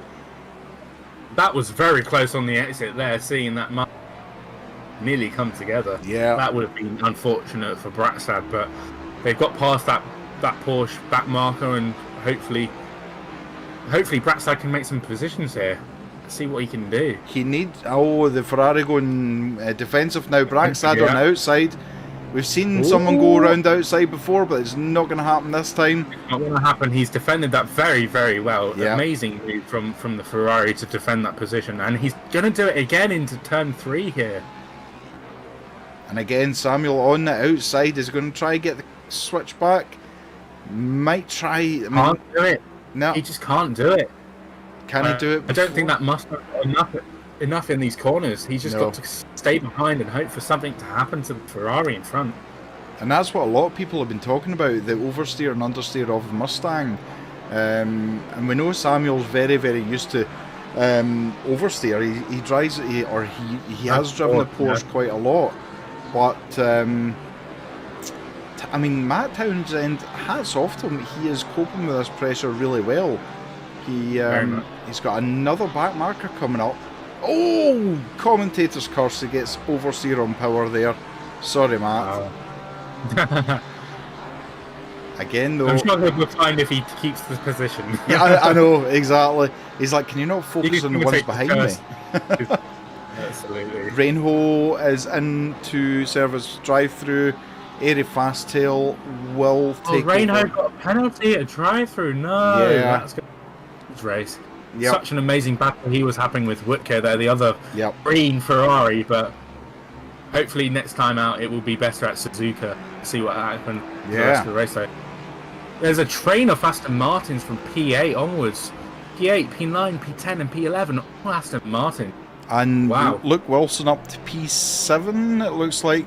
I don't know if he's... Oh, has he got passed on the... Let's see if that was...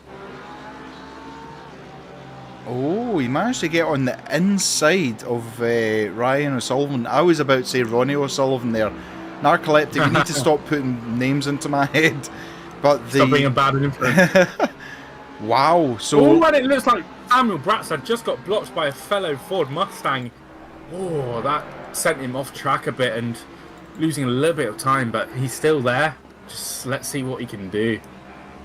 This is an incredible battle. Incredible. Yep, that was... Yeah, that, so again, I'm not a steward, but was that the place to overtake a back marker? That's all I'm going to say. That is all. I love Samuel to pieces. That is all I'm going to say. Was that the right place to try and do bide your time. Bide your time. Exactly. Oh, I think one thing that I'll mention is that in the briefing we mentioned that blue flags, they're not mandatory. They're advisory. The lapped cars need to stay on their line, stay predictable. Mm-hmm. Obviously not block, and if they can, the faster cars go around. I think, you know, in that instance, Samuel's a bit too aggressive there to try and get ahead of the back marker in third, but he could have just left it a little bit longer and just given himself the time. Absolutely. Given him some breathing space, and also respect that back marker, because that back marker could do anything to you. Yeah, absolutely. Singh has now got a drive-through in P22nd with that yellow Lamborghini. That is going to promote a few people by the looks of it.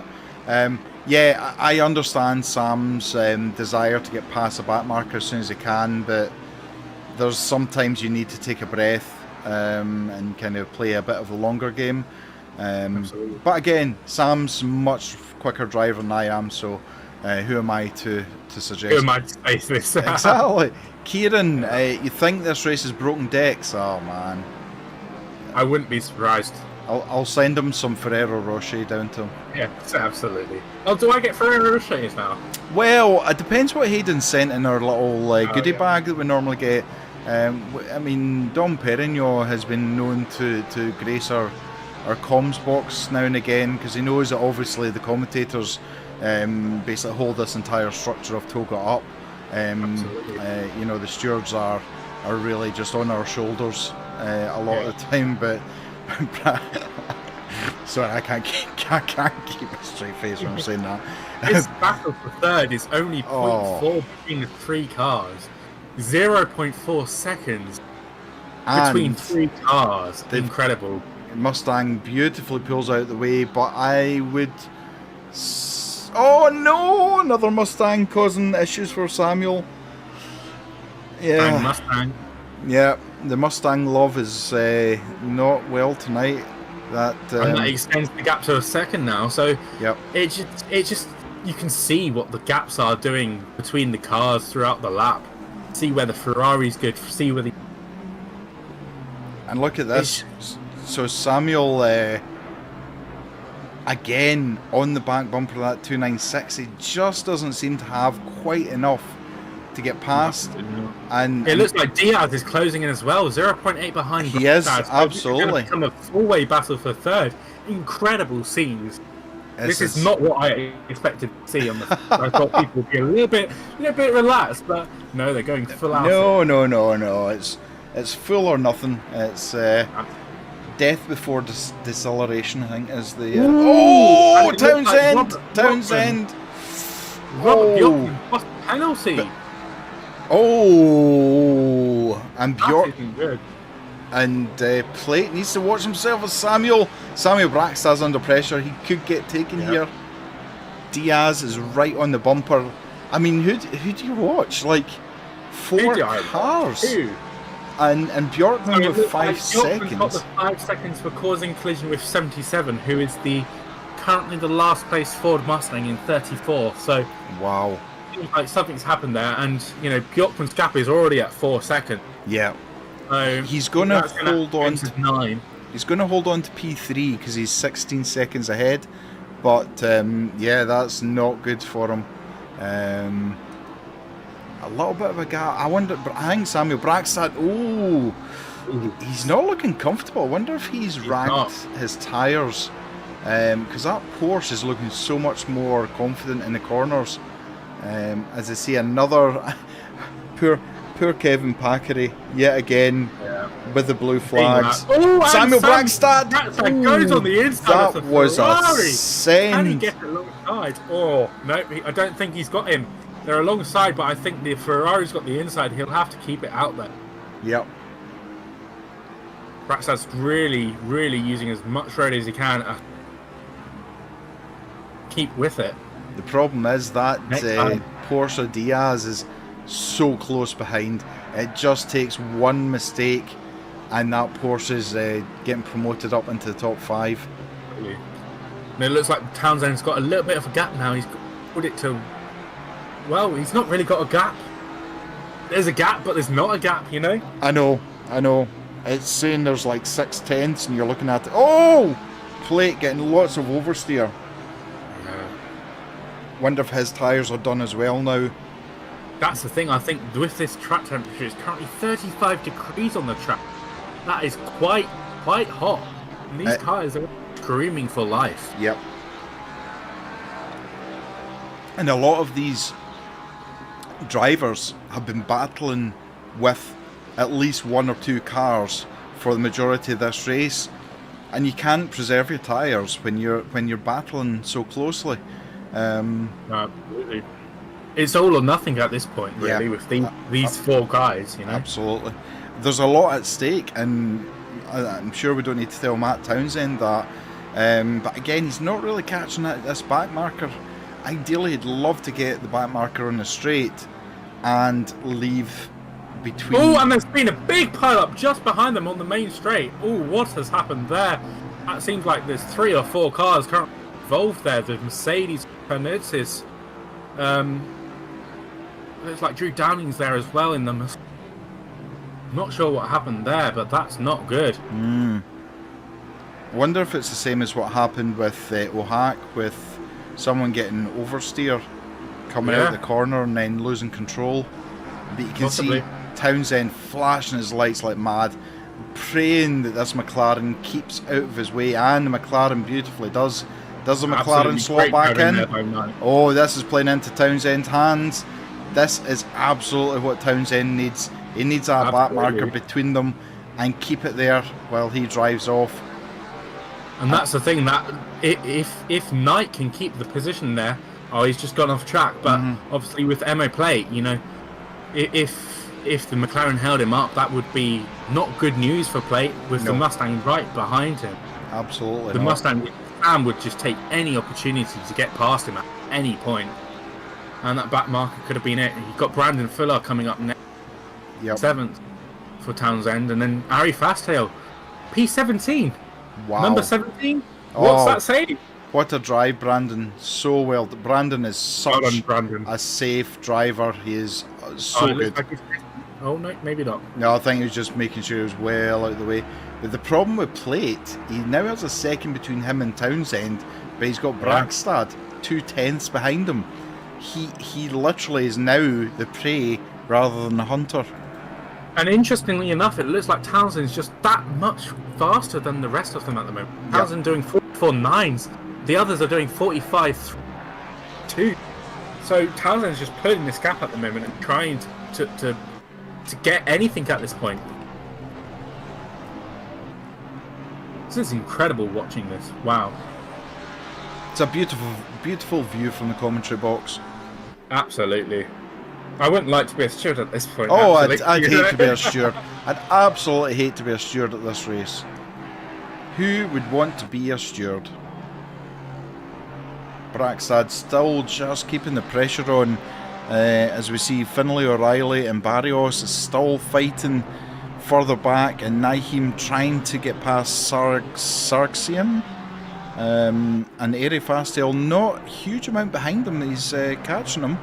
So Airy having a great drive. He must be absolutely amazing. Pleased. He wouldn't be pleased with his qualifying, but he'd be pleased with his recovery. Absolutely incredible. Diaz has kind of fallen off the back of Brackstad a little bit. He has.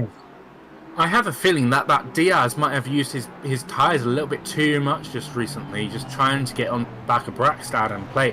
And it looks like Brackstad's just gone around the outside, but no. Gets plenty of oversteer. He did try the outside.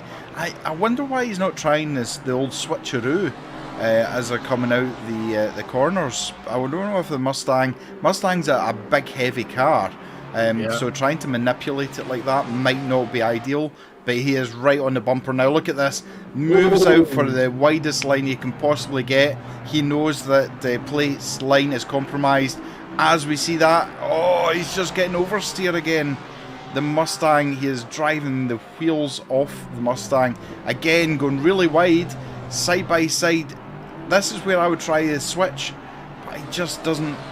He doesn't got it. He's tried it so many times, I don't think he can make it.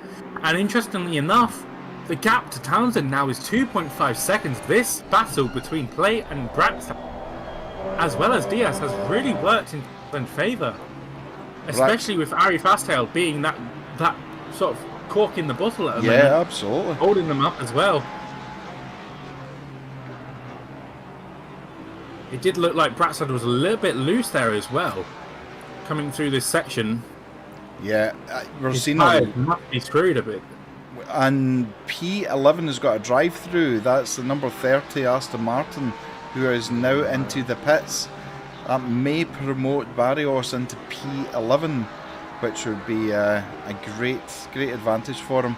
But you're right. I mean, Brackstad's getting all kinds of oversteer, especially on the throttle. He's so good at controlling the Porsche. I just wonder, as Airy moves well out the way, yet again, I just wonder if the tyres, not only the tyres are gone, but is Samuel pushing a bit too much? Yeah. And people might say, what on earth are you talking about? How can you push too much? If you overdrive the car, you then end up losing time because you're getting too much traction control coming on. You're getting too much ABS when you're going into the brakes. And again, this is where Brackstad shines with the Mustang. This section, first sector, is where he seems to be the most menacing, but he's too far back for Plate to have to defend. Absolutely. I think, interestingly enough as well, Luke's lost a position to Ryan O'Sullivan there. So Luke Wilson back into P8 at them.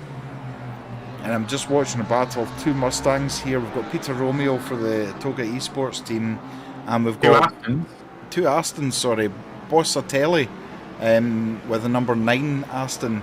This is for P9 at the moment, and they're coming up to back markers as well. So it's a fight for them to keep going. But we can't take our eyes off this battle. This battle's for P4 now, as Townsend is just driving away. Yeah, he's already got 2 seconds on 2.6 seconds on Plate at the moment. Yeah, incredible work. And that's like 133's got a penalty at the moment. He's got 20. Oh yeah, maybe that's the Mercedes that was included in this the pilot. a wreck at the main straight, yeah, possibly. Now let's see what Braxton can do. Can he try and get this Mustang past Ferrari on the straight? Just needs to hook it up right and then try and get the better line. And again, the Ferrari's taking the defensive lines all the time though, so he's just covering off Braxton all the time. I think the advantage is the out-and-out power of the Mustang. Absolutely. Because it looks like Braxton's going for the up and under. He can't get it done this time though. Kilder De Paula, thank you so much for the follow over on Twitch. Welcome to the community. I think Bragstad yet again, the last corner on the exit ended up with oversteer on power again. Yeah, that is killing any chance he has. And look at the difference he's got. He's so close at this particular part of the track, but that Mustang is not as good in the tight, twisty turns as the 296 is. I think this is where the Achilles heel of the Mustang. Yeah. Bragstad must be struggling being in the aero wake of the Ferrari at understeer temps. Absolutely. Oh, absolutely, yeah. And Plate getting a little touch of oversteer now, pushing him back in towards Bragstad. And this is the advantage what Charlie was saying. Townsend is just like he's two and a half seconds up the road. This is what happens when you start battling with someone behind. You start falling behind because you're not watching your racing lines. You're too busy looking at the car behind. Drive through for McDavitt in P19 for would be track limits by the looks of it. But again, let's see Sam this time as he comes through the last corner. He's not getting close to the apex. He's avoiding that at all He's costs, avoiding really, that isn't he? apex, which isn't always a bad thing, but he didn't get any oversteer this time. And look at the difference. Look at how that Mustang is he's absolutely moving, doing a dummy there, it looks like it. Yeah. He's and they made contact. No, that's ever play off the track. I hope that gives that position back, and it looks But like the problem is Samuel's got a Porsche on the inside now. Samuel could lose position. Side by side, Porsche Diaz basically sees the advantage and takes it. So Samuel, with that error, allows Plate back on the track ahead of him, but then suffers losing a position because of it. That is a nightmare. I mean, that's one of the things as well. I think, it's important that, you make these mistakes. You take responsibility. That was not good from Braxad there. That wasn't. That's a pushed pass. I would expect that to be penalised. Wow. The Mercedes now got 25-second penalty. Ooh, that will drop in quite far down. Yeah, that is wondering painful. Into the 23rd position, possibly. So, Samuel showed really good racecraft, which is what I talked about in my stream a few days ago. But, yeah, I think he's going to have a penalty coming towards him, which will probably drop him down behind Diaz again. He needs to be careful because, O'Sullivan's only just 10 seconds behind. If he ended up with a 10-second, I don't think it would be a 10-second, maybe a 5-second, but again, I'm not a steward, so but again, let's see if Sam gets any kind of he gets a clean exit this time.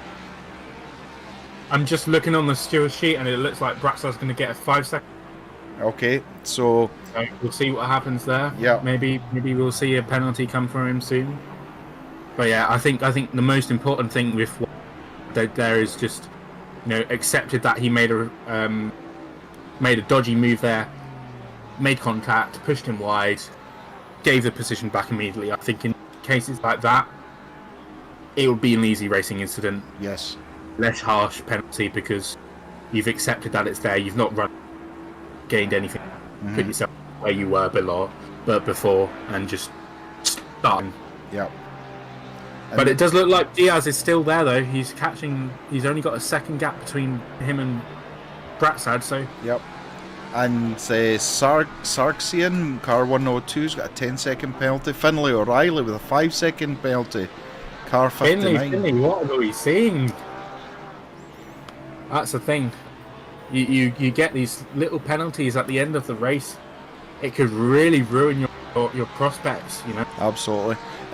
Finn, if he keeps the distance at the moment, it won't affect him. He won't lose a position, but still, he needs to be very, very careful. We've got just under 7 minutes left of this race, and it's just been battles upon battles. Again, we started with 39 cars. Let's just say that again, 39 cars, all GT3s, Incredible. all vying for the same track position, P1. So I think this has been an amazing race. I think this is going to continue to be an amazing championship all the way through until the very end. So can Samuel do it? Can he get past Plate? I don't know. Oh, he nearly did it again. He nearly did it again. Again, it's a braking into turn 1. So, and I called it earlier on that he's out braking himself. So maybe the Mustang's better on the brakes than the 296 is, or Samuel's got a faster line into it. I don't know what it is, but Samuel's getting caught out time after time into turn 1, and he needs to adapt to whatever it is that's going on. Because when he gets a great drive out of the corner, that Mustang can beat the 296. If it's an out-and-out drag race, it can. Yeah, absolutely. I think one thing that Bratstad needs to do is just keep at it, wait for the Ferrari in front to make a mistake, and take the chance and just go with it there. Another tank slapper, just as you were saying that from Plate. Exact same corner that happened last time for him. He ended up with power, oversteer on power again. And so any advantage he's gained over the lap is just getting lost at that one corner. I'll say your name on YouTube, Sharwin. You swear the Lexus can stop and dime. The Lexus is an all-round really good car. I genuinely wouldn't discount it because it isn't getting any kind of bop. It's not necessarily a bad thing. No negative bop means you're not having any weight. I think Lyric's needing to lie down now by the sounds of it. So many incidents. Michael. Brackstad's so much better in turn 1 this time, able to keep that gap, maintain it. So, I mean, Samuel's a veteran driver. He certainly doesn't need me telling him what to do. But absolutely not. I find it interesting that Mustang it's not as manoeuvrable. It's certainly not into the twists and turns that the 296 can, but out and out power. So for the likes of Suzuka, I think you could see the Mustangs doing really well because of the longer straights, the more straights they have. Lyric, but Kieran still says Laguna was worse last year. Sounds like it was a crash fest. Was it a wreck fest? Year, it was a wreck fest. You could call it a wreck fest. I think it was our first round of the GT3 series last season, and it was over 100 incidents. Oh wow! So yeah, not great, but and we see Vidas and McDivitt battling here for P22nd, BMW versus Mustang. Now these cars quite similar in terms of torque, in terms of engine power, but I'd still say the M4 is probably a little bit more nimble than the Mustang. That's just my personal opinion. I would say the Beamer is a little bit more stable. I think they're probably very similar on weight actually, but I think that Beamer is just a little bit more stable. Obviously, the car's been out in circulation and racing for a little bit longer than the Mustang, so I think the experience that the BMW crews have at the moment is probably a lot more. But look at that! It's just trying to show its nose into the inside of the Beamer. Wow! You get that moved on in the last 2 minutes of the race. Wow! I know, and nail biting. I am not diminishing the fact this is for P22nd, but this is how these drivers see it. Any position they can go. Oh no! Oh my goodness! Oh, it looks like Adam's at least waited for him and gonna Yeah, let him. is going to let him through, At but least tried to do it. that was But no, that's not good for. no. That's not good for. That BMW, that's going to be undrivable. Yeah, and then but the NSX has just made a position and might make an. Ooh. The Honda N. Who thought they would still see a Honda NSX racing in 2024? Incredible.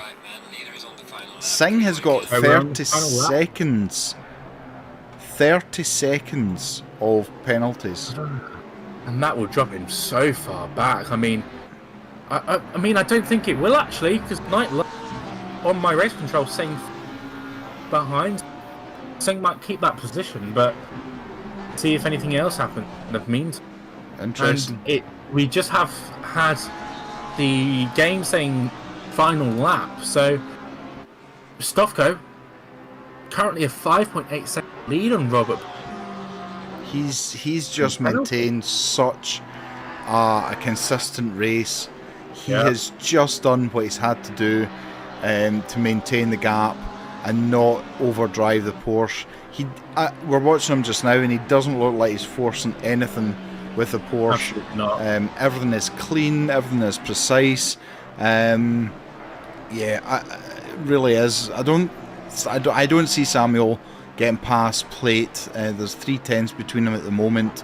But what an outstanding race.